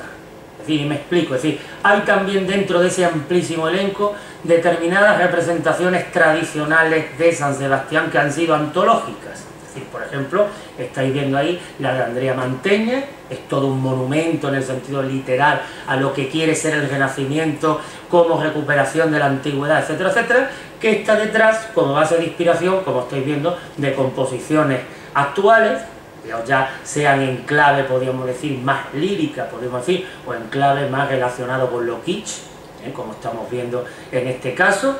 Es decir, es un poco, vemos cómo sirve esa sugerencia y también luego los artistas tienen libertad a la hora de presentarse. Y fijaos, como os comentaba, aquí tenéis un fragmento de Didier Eribon donde, digamos, desde la perspectiva de la teoría queer, se hace hincapié en la reivindicación de esa validez, de esa vigencia del tema, ya digo, de San Sebastián como elemento de reivindicación, explicando su vigencia. Fijaos que también aquí podríamos hacernos una reflexión. Yo he dicho anteriormente que el trasvase o el cambio desde esa primera etapa en la interpretación iconográfica del personaje a la segunda, es decir, su conversión en icono gay, viene motivada por esa crisis religiosa, primero que provoca el saco de Roma y el Concilio de Trento. Pero ojo, también hay una serie de circunstancias sociales que también la explican y la justifican y nos enlazan con lo que estamos viendo ahí. Hay un refrán italiano que dice que passato il pericolo, dimenticato il santo. Es decir, que una vez que ha pasado el peligro, el santo queda como, digamos, desmentido, queda, digamos, como despojado de su función, es decir, no nos sirve. Y esto es precisamente lo que le termina pasando en el siglo XVI a San Sebastián, es decir, las devociones, tenéis que tener en cuenta que como todo sentimiento, son volubles. Es decir, las devociones suben y bajan. Es decir, lo mismo que los afectos, es decir, es un tipo de afecto. Es decir, solamente que se le tiene a un determinado personaje sagrado, se le tiene una imagen. Es decir, es algo puramente subjetivo y, ya he dicho, voluble. Entonces, ¿qué sucede también en el siglo XVI? Además de esa crisis, esa visión negativa que se tiene de la homosexualidad, etcétera, etcétera, hay otro factor. Es el hecho de que San Sebastián pues, se desgasta como santo protector de la peste. Es decir, el público prefiere a San Carlos Borromeo, por ejemplo, que había curado personalmente a los enfermos de peste, es decir, los había asistido él personalmente. Entonces la moda cambia y San Sebastián se queda, por así decirlo, en paro desde el punto de vista devocional. Y esto, fijaos, también algo que favorece, es decir, ese vacío funcional, podríamos decirlo así, simbólico, es lo que también, aparte de lo que os he comentado, favorece el trasvase, el solapamiento, es decir, la creación de esa alternativa de representación, que fijaos es justamente también lo que nos enlaza con esa dimensión que ya he dicho se apunta actualmente desde la teoría queer. Y que, fijaos, evidentemente se canaliza, se sigue canalizando a través de composiciones, ya sea fotográficas, pictórica, también pues haciendo hincapié en una serie de cuestiones que pueden preocupar, es decir, en la explicitez de la sexualidad o incluso, digamos, también algo muy interesante, es decir, ese valor identificativo, identitario que el personaje tiene para, desde el punto de vista, podríamos decir, de la identidad gay. Fijaos que lo estamos viendo en este cuadro de Tony De Carlo, donde el santo aparece como una víctima de una lacra que ha afectado particularmente al colectivo homosexual, como es la lacra del SIDA. Es decir, fijaos que esas llagas de San Sebastián son las llagas que no provocan la flecha, es decir, son unas nuevas flechas que provocan en este caso el envite de la enfermedad. Y fijaos algo muy interesante, algo que también ha hecho que otros artistas hayan ido por el mismo camino. Y aquí tenéis un cuadro de Maxwell Lawton, fue un cuadro que el propio autor, antes de morir, pues donó a la Catedral de Ciudad del Cabo en Sudáfrica, y fijaos que en ese cuadro que conmocionó muchísimo, digamos en su momento, por la temática, no tanto por la iconografía sabéis que es un tema muy conocido, es el pensieroso, es decir, es la imagen que se populariza a través de los grabados de Durero, es decir, es como llamaba Panofsky, llamaban otros autores, la cristianización de Saturno, pensativo, ¿no? Pero fijaos que el título del cuadro era Cristo enfermo de sida. Es decir, era, fijaos, en cierto modo, convertir al protagonista de la cosmovisión cristiana en un reflejo, pues digamos, de esa lacra. Es decir, fijaos que ahí, en ese sentido, la configuración del cuadro es sumamente interesante. Es decir, veo que la figura de Cristo aparece llorando, es decir, es llorando también por esos hijos suyos, es decir, a los cuales la sociedad rechaza, ese tono rojizo que recuerda a la hemoglobina, es decir, también la presencia, como estamos viendo, de esa rotulación, que nos puede recordar incluso algunas experiencias de Paul Klee, y eso nos hace comprender mejor, como estamos viendo, esta obra que os hablaba antes de Tony de Carlo. Es decir, no es Cristo, en este caso San Sebastián, el que ejerce ese papel protector ante la adversidad, podemos decir, de la enfermedad. Otras veces el personaje, pues fijaos, sirve de elemento de denuncia o de elemento que refleja otras situaciones, en este caso el mundo de la prostitución masculina, en este caso. Aquí en este caso vemos a San Sebastián convertido en lo que llamaríamos coloquialmente un chapero, con ese pantalón, con elementos, incluso con atributos muy idiosincrásicos de lo que sería una iconografía gay, más convencional, el pantalón de cuero, etcétera, etcétera, con amordazado, etcétera, etcétera, siempre, digamos aquí en este caso, llevando la representación del martirio del santo a lo que podríamos identificar como la víctima de un juego o de una experiencia sadomasoquista, y también en esa línea ya otros autores como Roberto González Fernández, bueno, conocéis esta imagen que es la que ha servido un poco de preludio a la intervención de hoy, a través de esta secuencia que realiza con David Trullo, es decir, precisamente también sirve a través de especulación metafórica en torno al tema de San Sebastián, que incluso, como estáis viendo, dentro de la cultura visual da muchísimo juego. En este caso entroncando con lo Kiss y lo Can a través de la obra de Pierre Angils, incluso por ejemplo en este caso recordándonos muchísimo también esos estereotipos difundidos sobre todo por Jean-Paul Gaultier en sus campañas, como ya sabéis, publicitarias, esa androginia, es decir, que también es un elemento interesante a tener en cuenta dentro de ese catálogo de los nuevos hombres. Fijaos que se sigue cultivando el retrato a lo divino, es decir, personajes que interpretan al personaje de San Sebastián. Aquí estáis viendo al coreógrafo Víctor Ullate, o por ejemplo, aquí, ya que hablamos de androginia, en definición, en fin, algo identificado clarísimamente con la figura de Michael Jackson, como estamos viendo, es decir, siempre es el atributo lo que nos permite y tal. Pero aquí, fijaos, llegaríamos quizá a uno de los usos más emblemáticos y más interesantes de la imagen tradicional de San Sebastián en la cultura visual contemporánea. Fijaos, es cuando, por vocación propia, el escritor japonés Yukio Mishima, fotografiado por Shinji Koyama, pues se hace representar de la manera que estáis viendo. Es decir, a imagen y semejanza, en un claro ejercicio mimético de uno de los San Sebastianes más controvertidos, más ambiguos, podemos decir, de Guido Reni. Fijaos que es algo que incluso tiene un reflejo literario por parte del propio Yukio Mishima, es decir, una reflexión, digamos, en torno a lo que en él provoca la contemplación de ese cuadro. Fijaos que ahí en ese caso incluso podríamos establecer un paralelismo interesante desde el punto de vista homoerótico con la opinión de Winkelmann o la lectura de Winkelmann del Apolo de Belvedere. Es decir, esa lectura tiene mucho de clave homoerótica, es decir, es más una atracción, un enamoramiento hacia la estatua que un análisis objetivo, podemos decir, desde el punto de vista del historiador del arte, incluso forzando la mímesis. Y fijaos que también incluso Oscar Wilde, al referirse a John Keats, precisamente hace una referencia también a ese cuadro de Guido Reni que estamos comentando, es decir, es una de las obras de la historia del arte y de las obras tradicionales que más presencia, más proyección precisamente fijaos que ese San Sebastián nos está explicando perfectamente el giro iconográfico todavía dentro del arte tradicional representado por el personaje, es decir, y cómo todo eso se condensa y se proyecta hacia los siglos posteriores y a través de otra serie de imágenes que siguen funcionando.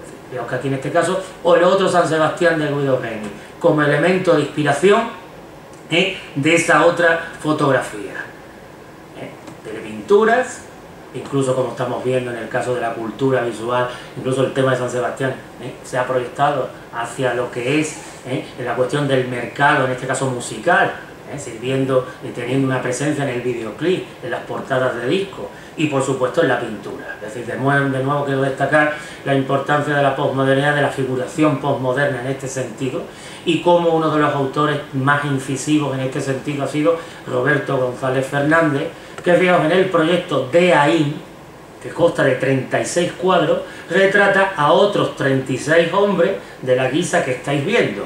Es decir, son hombres representados con su fisonomía, con sus actitudes, con sus comportamientos, con su indumentaria, con su personalidad, pero convertidos y retratados a lo divino automáticamente en virtud del apropiacionismo que supone incorporarle el atributo de la flecha. Pero fíjate también con unas cuestiones muy interesantes que también nos habla del sentido que la cultura tiene desde la perspectiva actual. Es decir, la cultura popular actual se pretende, o por lo menos pretende, ser democrática. ¿Por qué digo esto? Porque fijaos, no son solamente los hombres guapos los que son retratados por el artista.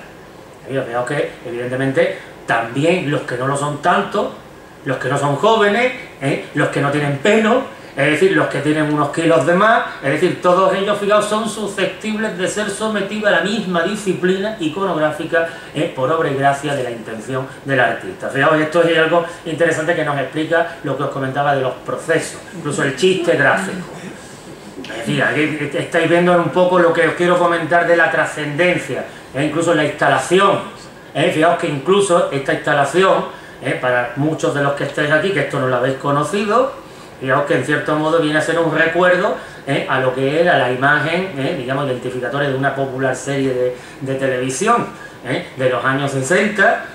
Fijaos que ha sido casualidad que al seleccionar la imagen, en fin, ya alguien podrá dejar de especular, precisamente ha salido el año 67, que fue justamente cuando yo nací, es decir, que ya, quien quiera que no puedo ocultar los años que tengo, pero en definitiva, ironías aparte, lo que os quiero comentar es que fijaos cómo estamos viendo el modo de actuar de los artistas contemporáneos, es decir, todo sirve como elemento de inspiración. Es decir, evidentemente ese pequeño monigote, etcétera, etcétera, no era San Sebastián, era el santo que era el sinónimo del detective protagonista de la serie, pero se convierte en el personaje, pero siempre, digamos, mediante la rutina iconográfica. Es decir, esto es algo que también, digamos, los grandes estudiosos de la iconografía, no solo Panofsky, sino sobre todo Jan Białostocki, señalaba muy acertadamente, decía que el arte popular no admite variaciones iconográficas, sino que el arte popular, una vez que consagra una fórmula, la repite incesantemente, sin cansarse. Es decir, precisamente porque de ello depende,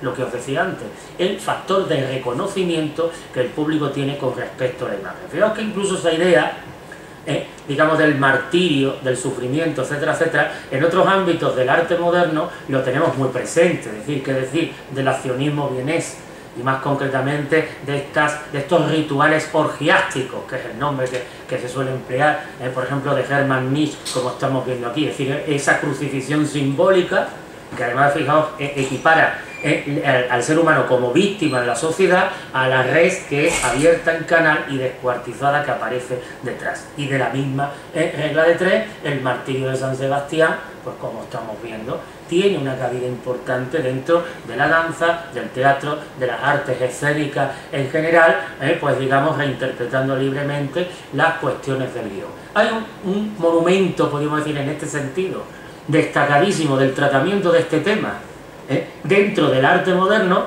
como es precisamente el hecho de que San Sebastián sea el protagonista de una de las grandes, digamos, producciones cinematográficas más claramente reivindicativas, digamos, del colectivo homosexual, a través de Derek Jarman y más concretamente de esta película. Veo que Derek Jarman, que es uno de los autores más relacionados con estas cuestiones, tiene dos películas emblemáticas en este sentido, además de esta es la que dedica también a Caravaggio, donde también profundiza en esa serie de cuestiones, pero en el caso de San Sebastián, creo que es una película que da mucho más juego, no solo por las circunstancias, como ahora os comentaré, de reinventar la historia, es decir, el argumento que os contaba al principio para Derek Jarman no tiene validez alguna, es decir, la historia la convierte en un drama gay, es decir, recontextualizado completamente, sino también por una rareza. Es quizás la única película en la historia del cine cuyo diálogo se hizo en latín, es decir, digamos, es la lengua original de la película, pero también con una particularidad, es decir, hay palabras, expresiones, etcétera, etcétera, que no se pueden traducir al latín. Es decir, sencillamente porque el latín, como lengua, evidentemente llevaba funcionando muchos años antes de que esas expresiones actuaran en el modo actual, en el mundo actual. Es decir, por lo cual también es interesante cuando nos aproximamos a esa película tener ese factor en cuenta. ¿Qué es lo que sucede con esta película? Pues fijaos, como os decía, la historia la reinventa completamente Derek Jarman.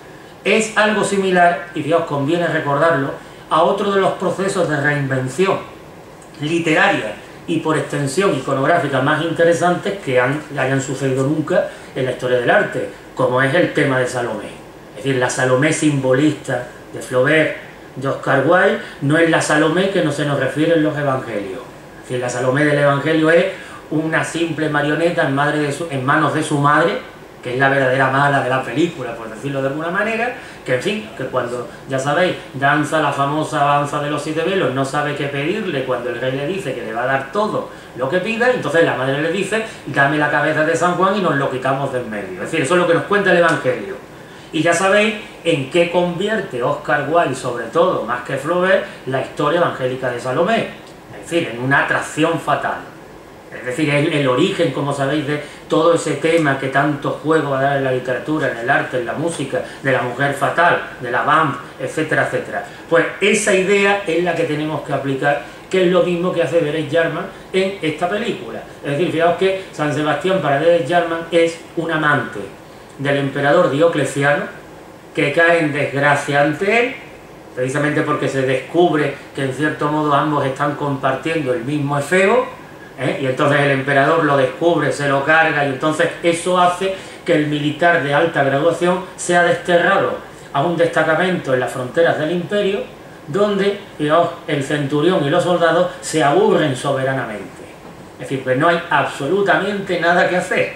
Entonces, digamos, en ese destacamento los soldados pues únicamente se bañan, juegan, en fin, pasan el tiempo lo mejor que pueden. Y entonces, fijaos, el argumento que Derek Jarman desarrolla es que cuando San Sebastián llega allí, que es un militar de alta graduación degradado, se convierte en el objeto de deseo del centurión.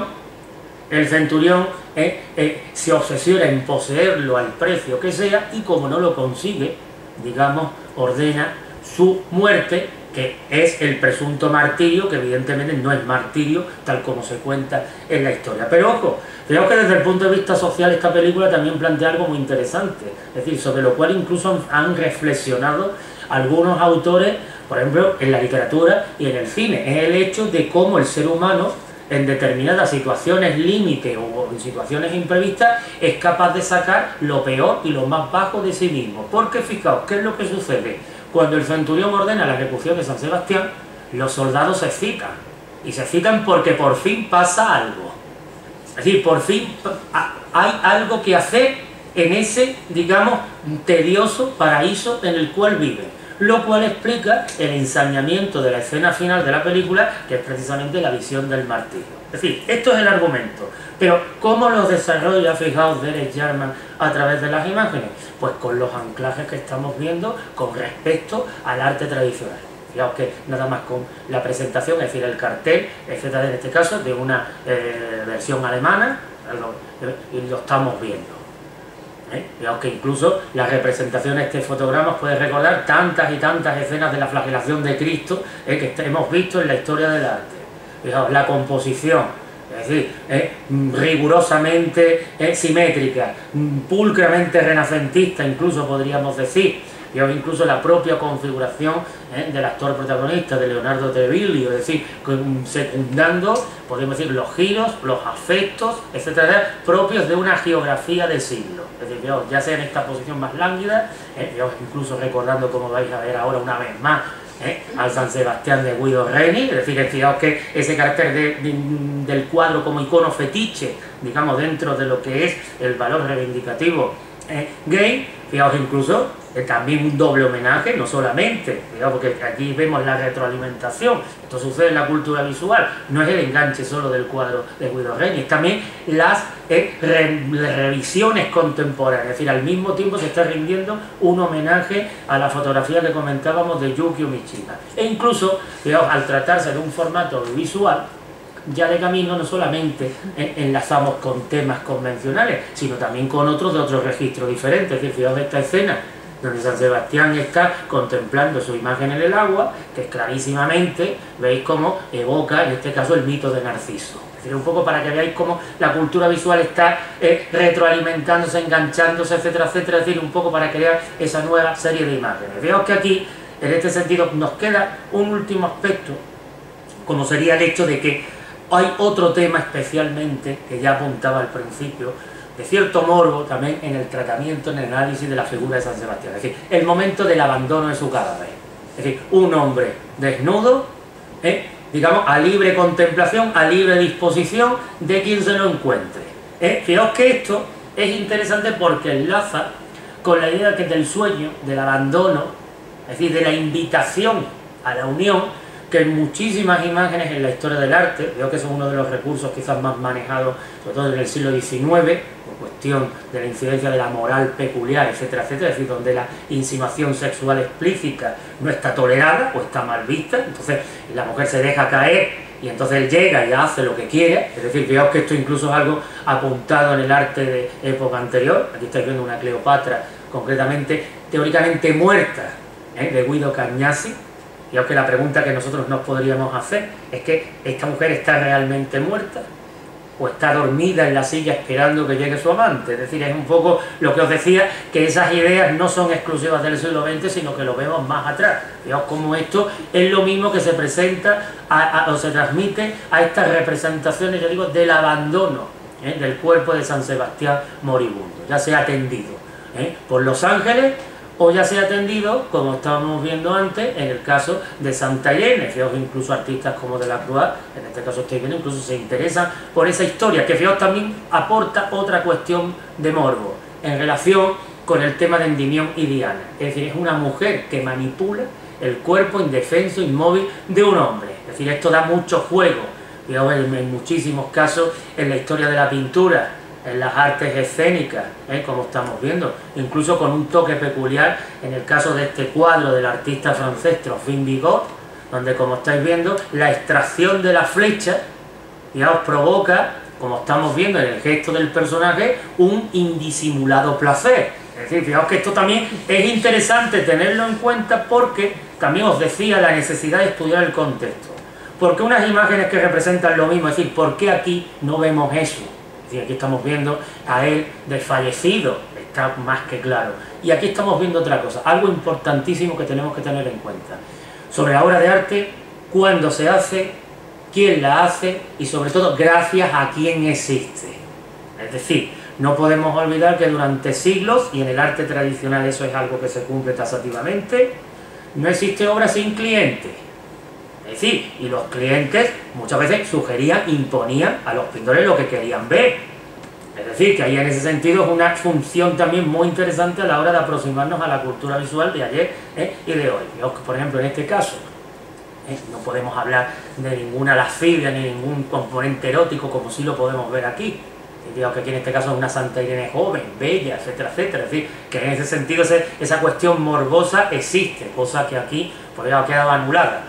Lo cual no quita, para como estáis viendo, que haya creadores que hagan relectura, en este caso el caso del cuadro de Francesco del Cairo, como estamos viendo en esta recreación fotográfica. O por ejemplo ya veíamos al principio la escultura de Giuseppe Giorgetti, con la cual pues se alinea esta serie de representaciones exentas, aisladas, descontextualizadas, incluso en el momento actual, del cuerpo de San Sebastián.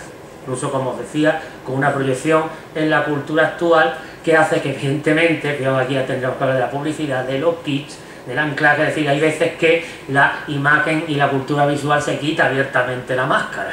Es decir, fijaos un poco el caso de lo que estamos viendo aquí y que en definitiva nos ilustra, nos indica, nos proyecta que indiscutiblemente todavía habrá mucho que decir y sobre todo mucho que ver en relación con el tema de San Sebastián. Muchas gracias, espero que os haya resultado interesante.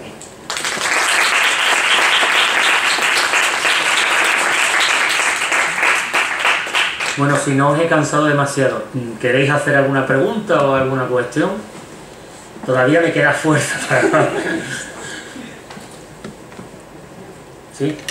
Bueno, es que te quería comentar que... Te voy a dejar el micrófono. No, déjalo. Es para que se Creo grabe. que se me oye bien. Es para que se grabe. Ah, vale.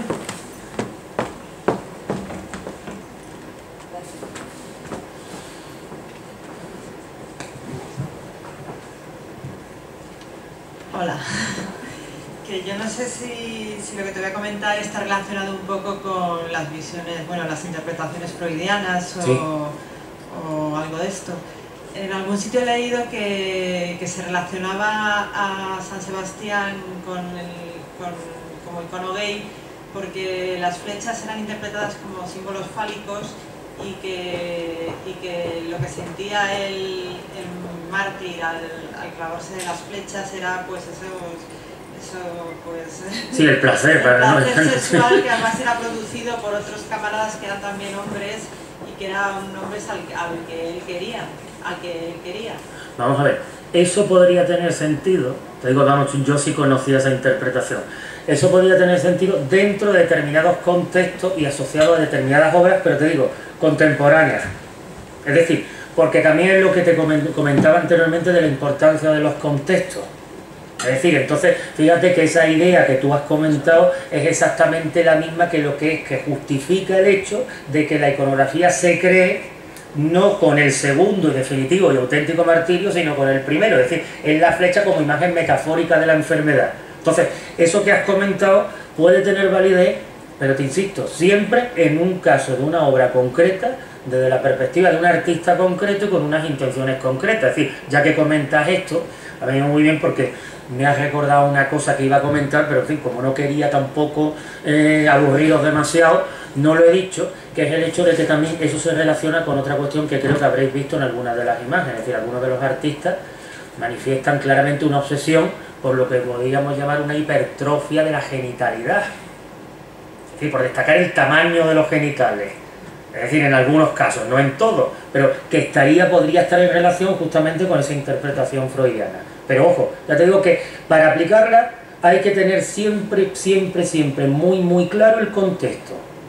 Es decir, porque si no estaríamos en un terreno muy resbaladizo, que es lo que hace que evidentemente a la hora de aproximarnos a los estudios iconográficos, que ya digo que podamos hablar con propiedad y con rigor, ¿vale?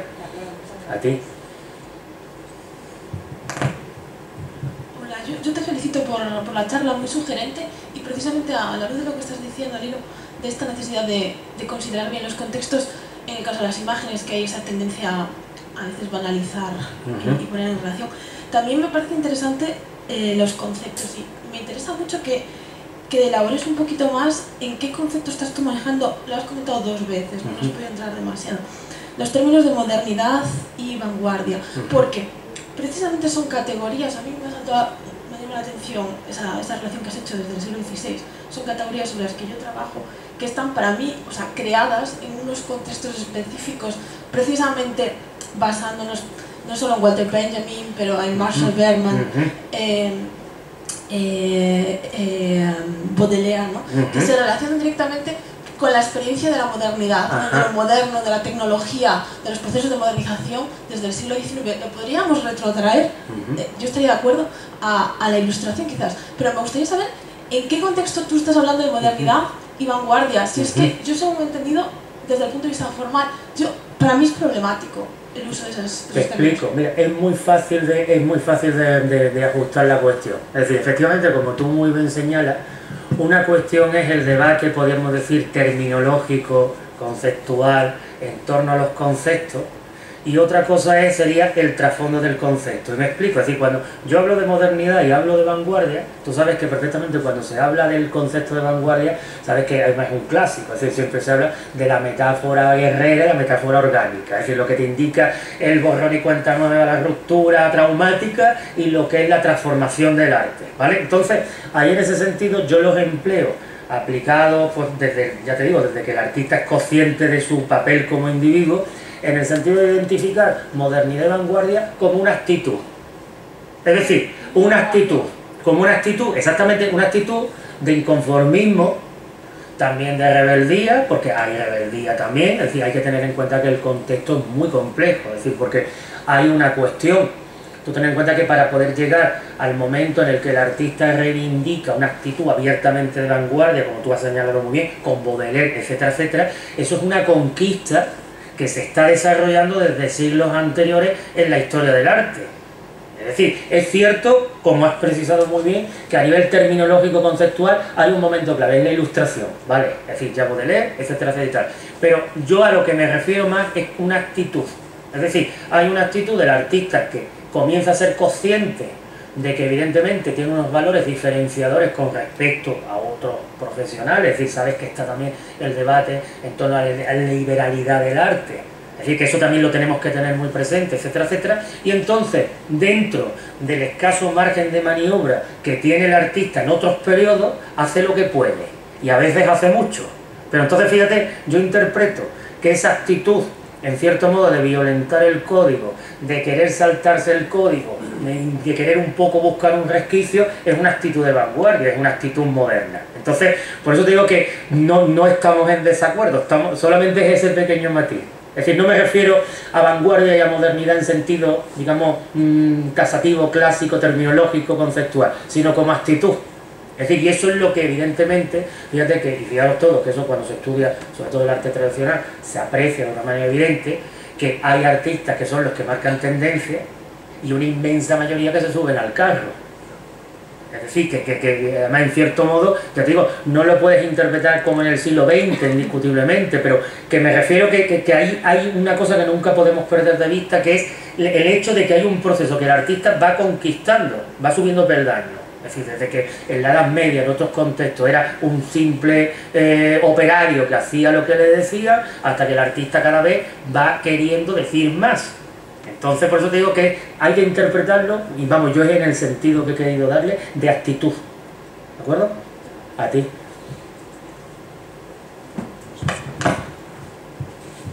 Bueno, yo te quería dar las gracias por este recorrido tan bonito que nos has hecho por la iconografía de San Sebastián.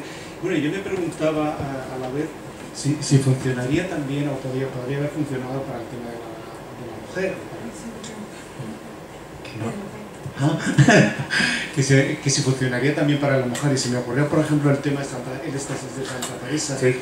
Y si podría haber funcionado, funciona, o qué ocurre, porque en unos casos puede seguir todo este recorrido y en otros dónde se ha parado, claro. ¿Por qué se para? Claro.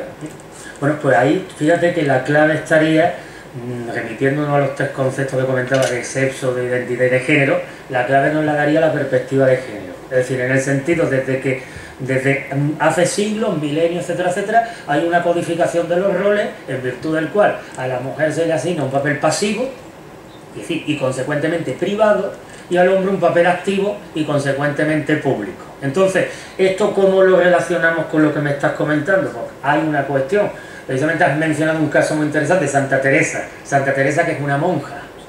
Entonces hay que tener en cuenta esto, y vamos, y no es una casualidad ni nada, es decir, en el sentido de que durante siglos la situación de la mujer es estar sometida a un hombre, que ya sea de carne y hueso, pero su marido, su padre, su hermano, o un hombre invisible, no el del cuento, sino un hombre invisible que es Cristo, que es el esposo místico, el esposo invisible, es decir, con lo cual la mujer está sometida al hombre y recluida a la esfera privada. Entonces, en relación al tema del éxtasis, fíjate que curiosamente hay algo muy interesante. Santa Teresa es una santa española.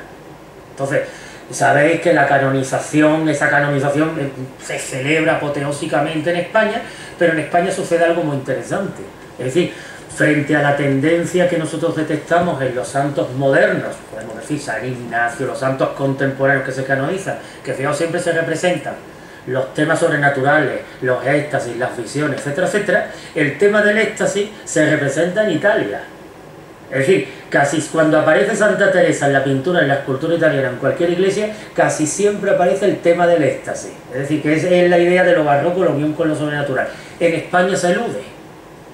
Es decir, hay, si no me equivoco, creo que son muy contadas las representaciones del éxtasis en el arte español. Es decir, lo que se hace en España es sustituirla por la visión de Santa Teresa como doctora. Es decir, está ahí la gran creación emblemática de Gregorio Fernández. ¿Y por qué? Porque precisamente hay una cuestión de fondo. Es decir, aquí en este caso, a nosotros los historiadores del arte nos viene muy bien el tener a la historia, en este caso moderna, como ciencia auxiliar. Es decir, hay un debate extraordinario. Además, si recordáis, si conocéis la película célebre de Miguel Picasso, Extramuro, ahí se plantea esa cuestión. Es decir, hay un debate extraordinario en la España del siglo XVII, sobre todo, que son, digamos, sobre esos presuntos éxtasis, que si son éxtasis o son fraudes. Entonces, eso hace que en el contexto español el tema del éxtasis de Santa Teresa se vea con recelo. Además, porque también hay una cuestión subliminal, se ve con recelo no solamente por esa cuestión, sino también por el propio concepto de éxtasis. Es decir, ¿qué es exactamente lo que experimenta Santa Teresa? Es decir, porque eso hay muchísima documentación de procesos inquisitoriales, de testimonios de monjas del siglo XVII, donde lo que queda claro que evidentemente está más cerca esa experiencia de lo humano que de lo divino. Es decir, de lo erótico que de lo sublime. Entonces, eso hace que, digamos, en España el tema no tenga predicamento.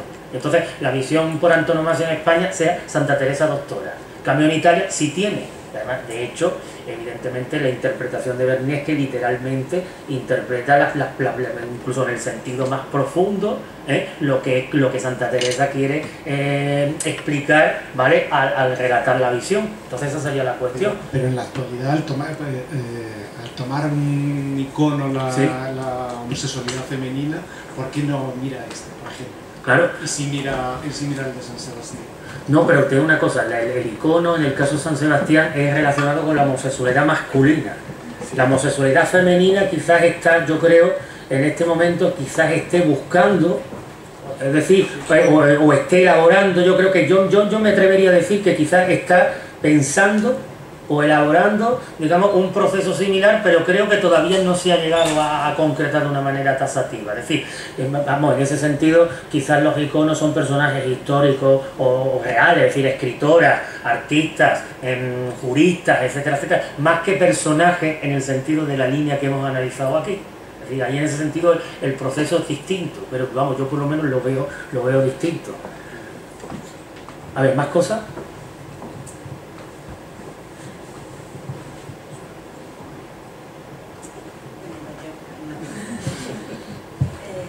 Me interesa también lo que has comentado al principio de cómo abordas tú la historia del arte a nivel metodológico y cómo habla, bueno, de la iconografía, ¿no?, que es alguna metodología ya más aceptada, pero habla de la vida de las imágenes y te quería preguntar si te refería a una genealogía, una especie de genealogía que vaya siguiendo como la historia de esa imagen pasito a pasito a lo largo de la historia del arte, ¿no? O sea, en el sentido de que en vez de una historia del arte se puede hablar de una genealogía del arte o algo así, y en ese sentido, que son doble pregunta, quería que explicase un poco mejor la conexión que habías planteado entre San Sebastián y Ganímedes, porque antes de la charla yo ya había hecho la conexión, pero luego a lo largo de tu intervención me estaba planteando por qué que la conexión se hace a posteriori, no a priori, porque el mito de Ganímedes sí que hay una relación homoerótica, pero en el de San Sebastián en su origen no.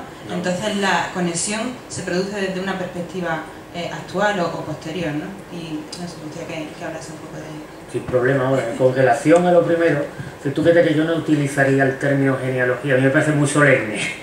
Es decir, yo utilizaría para definir el proceso un término como más espontáneo. Es decir, de la misma manera que nosotros como personas a lo largo de nuestra vida vamos transformándonos sin darnos cuenta, las imágenes, que no lo olvidemos, están ligadas a las personas.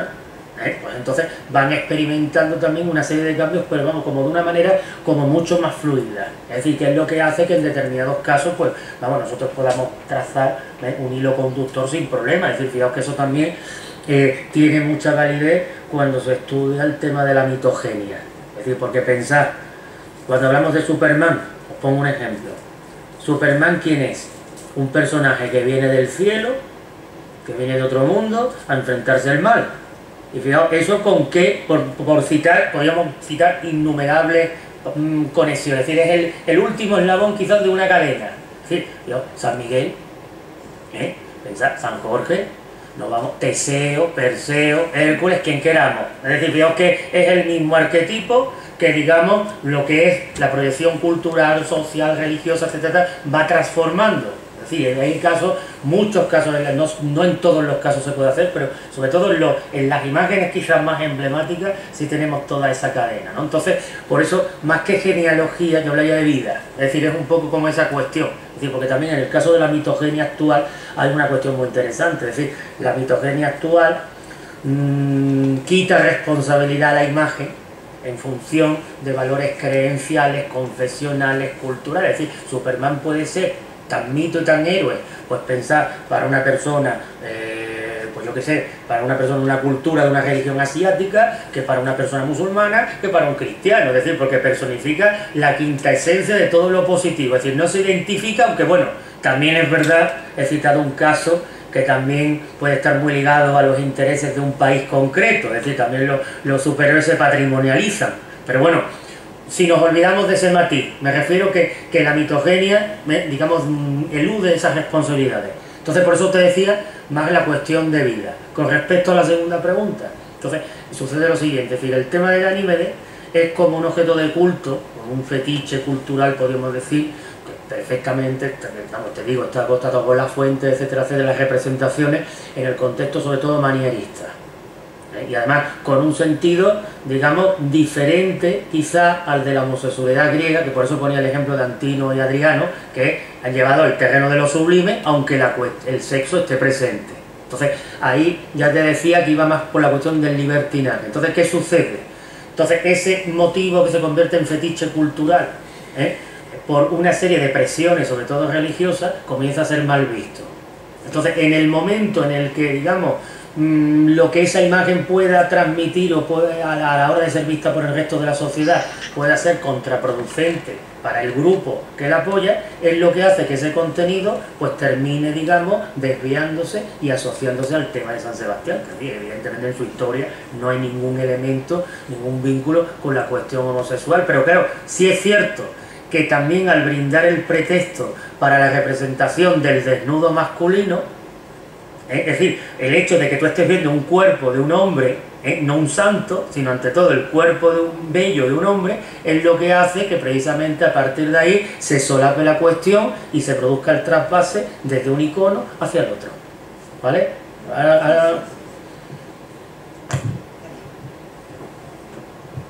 Bueno, en primer lugar, muchas gracias por la conferencia, Juan Antonio, ha estado muy bien, me ha gustado mucho.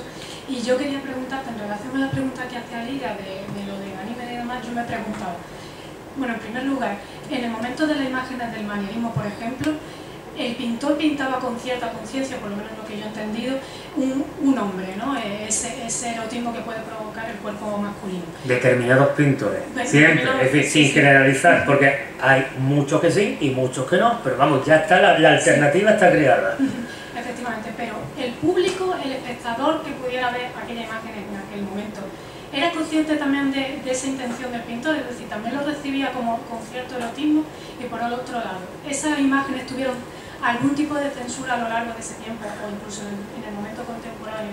¿Han sufrido algún tipo de censura a la iconografía de San Sebastián? Mira, muy buena pregunta la que has hecho, porque vamos, eso me permite, vamos, digamos que son tantas cosas tan interesantes que claro, todo, fíjate que eso que acabas de hacer referencia, no tenemos ningún tipo de duda que queda certificado por la fuente. Es decir, te voy a citar dos fuentes en concreto de un prestigio iconográfico en España, concretamente, que nos hablan de esos casos. Es decir, uno es el libro de Pacheco que hemos comentado, El arte de la pintura, y por otro lado el pintor cristiano y erudito de Juan Interián de Ayala. Entonces, Interián de Ayala que digamos es el gran tratado iconográfico ya en el 18, a la hora de San Sebastián precisamente menciona, dice el caso de determinadas pinturas, ¿no? Y concretamente menciona una que dice que él no dice el autor porque no le quiere dar lustre al autor, es decir, no le quiere reír la gracia al autor. Entonces dice que el cuadro tuvo que ser retirado porque al parecer estaba en un convento de religiosos, en la iglesia, una iglesia conventual, porque dice que inspiraba a las mujeres, se hace referencia en este caso a las mujeres, todo tipo de pensamientos que no eran precisamente piadosos. Es decir, que precisamente la carnalidad y la sensualidad de esas imágenes era latente, era evidente y se percibía. Es decir, Interior Real habla de las mujeres. Fíjate que, por ejemplo, Pacheco habla también de la cuestión, hace una referencia indirecta, que es un poco el fragmento que os ponía a la obra del cardenal Cesare Baronio, donde también plantea lo problemáticas que incluso podían ser estas imágenes. Más, incluso ya que hablo de Pacheco, fíjate que hay otro fragmento muy emblemático, que cuando él habla de un cuadro de Martín de Bos, que es un pintor flamenco que está en el Museo de Sevilla, que es un juicio final, dice que ese cuadro lo pinta el artista para el convento de San Agustín, y refiere el caso de un fraile al cual le tocaba celebrar la misa todos los días delante del cuadro. Y sabéis que hasta la reforma litúrgica la misa se decía de espalda, es decir, con lo cual el sacerdote tenía delante la imagen que estuviera en el altar. Entonces Pacheco cuenta, o sea, aparecen unos desnudos que son las almas que están resucitando, los cuerpos que están resucitando, que dice que es que cada vez que llegaba el momento de la consagración y elevaba la forma, dice que los ojos no podían evitar que se le fueran hacia los pechos de una mujer, de una de las mujeres desnudas que estaban en el cuadro. Y con lo cual decía que era lo peor que él había experimentado en su vida y que incluso él luego, que acabó en América, dice que ya muchos años después se seguía acordando del mal rato, del sofocón, como queramos llamarlo, que le propiciaba el cuadro. Entonces, fíjate que es algo que evidentemente es lo que te digo. Es decir, cuando nosotros el oficio de historiador lo aplicamos, es que el conocimiento del contexto de las fuentes es fundamental, vamos, por eso. Muchas gracias. Darte las gracias por la conferencia, muy interesante, y solo meter un elemento que creo que es interesante, es 14 y 15, San Sebastián se presenta vestido como un militar, con un arco y unas flechas. A partir del 16, Renacimiento, el mundo clásico, se mete el desnudo. O sea, nunca antes, bueno, hay alguna de 14, bastante feas, en general. Sí, pero vamos, las que tú dices, 14 y 15, pero en general la pintura gótica, las exactamente. Solo se permiten el desnudo en la escena del martirio, el martirio del árbol, de las flechas, pero eventualmente la iconografía más tradicional es de San Sebastián en España. Y creo que en Italia también, por los focos. El 14 y el 15 son la pintura del militar, aparte que siempre en programas iconográficos de santos militares, ¿no? O sea, que lo que se da es ese aspecto. Pues es muy interesante todo el planteamiento porque realmente comienza en un momento que es el 16. Claro, pues visiones, muy claro. Y lo que hay, claro, muchas cosas. Muchos de estos cuadros no tuvieron nunca una función de tipo litúrgica, devocional, sino fueron encargos particulares para mecenas, para grandes magnates o grandes personalidades de la corte y coleccionistas de alguna manera que siempre los ha habido. Sí, fíjate además que es muy interesante lo que estás comentando, porque también sucede, con eso que acabas de referir, un proceso que es muy interesante a nivel de las representaciones del santo, es decir, que son las escenas. Es decir, como muy bien ha señalado la pintura del 14 y del 15, por ejemplo, hay escenas cuando él destruye los ídolos, cuando se entrevista con el emperador, que luego desaparecen. Es decir, que es que la iconografía queda mutilada completamente y, digamos, y circunscrita, como me ha señalado muy bien, a lo que es ya la representación del cuerpo y ligada a lo particular. Claro, que es eso, digamos, un poco también lo que has comentado, indicando un poco, podríamos decir, la transición entre, digamos, esa primera fase donde, digamos, tenemos el soldado de Cristo sublime, etcétera, etcétera, y luego cuando ya, digamos, con el pretexto del desnudo ya empezamos a derivar la cuestión hacia otra cosa. ¿Más cosillas?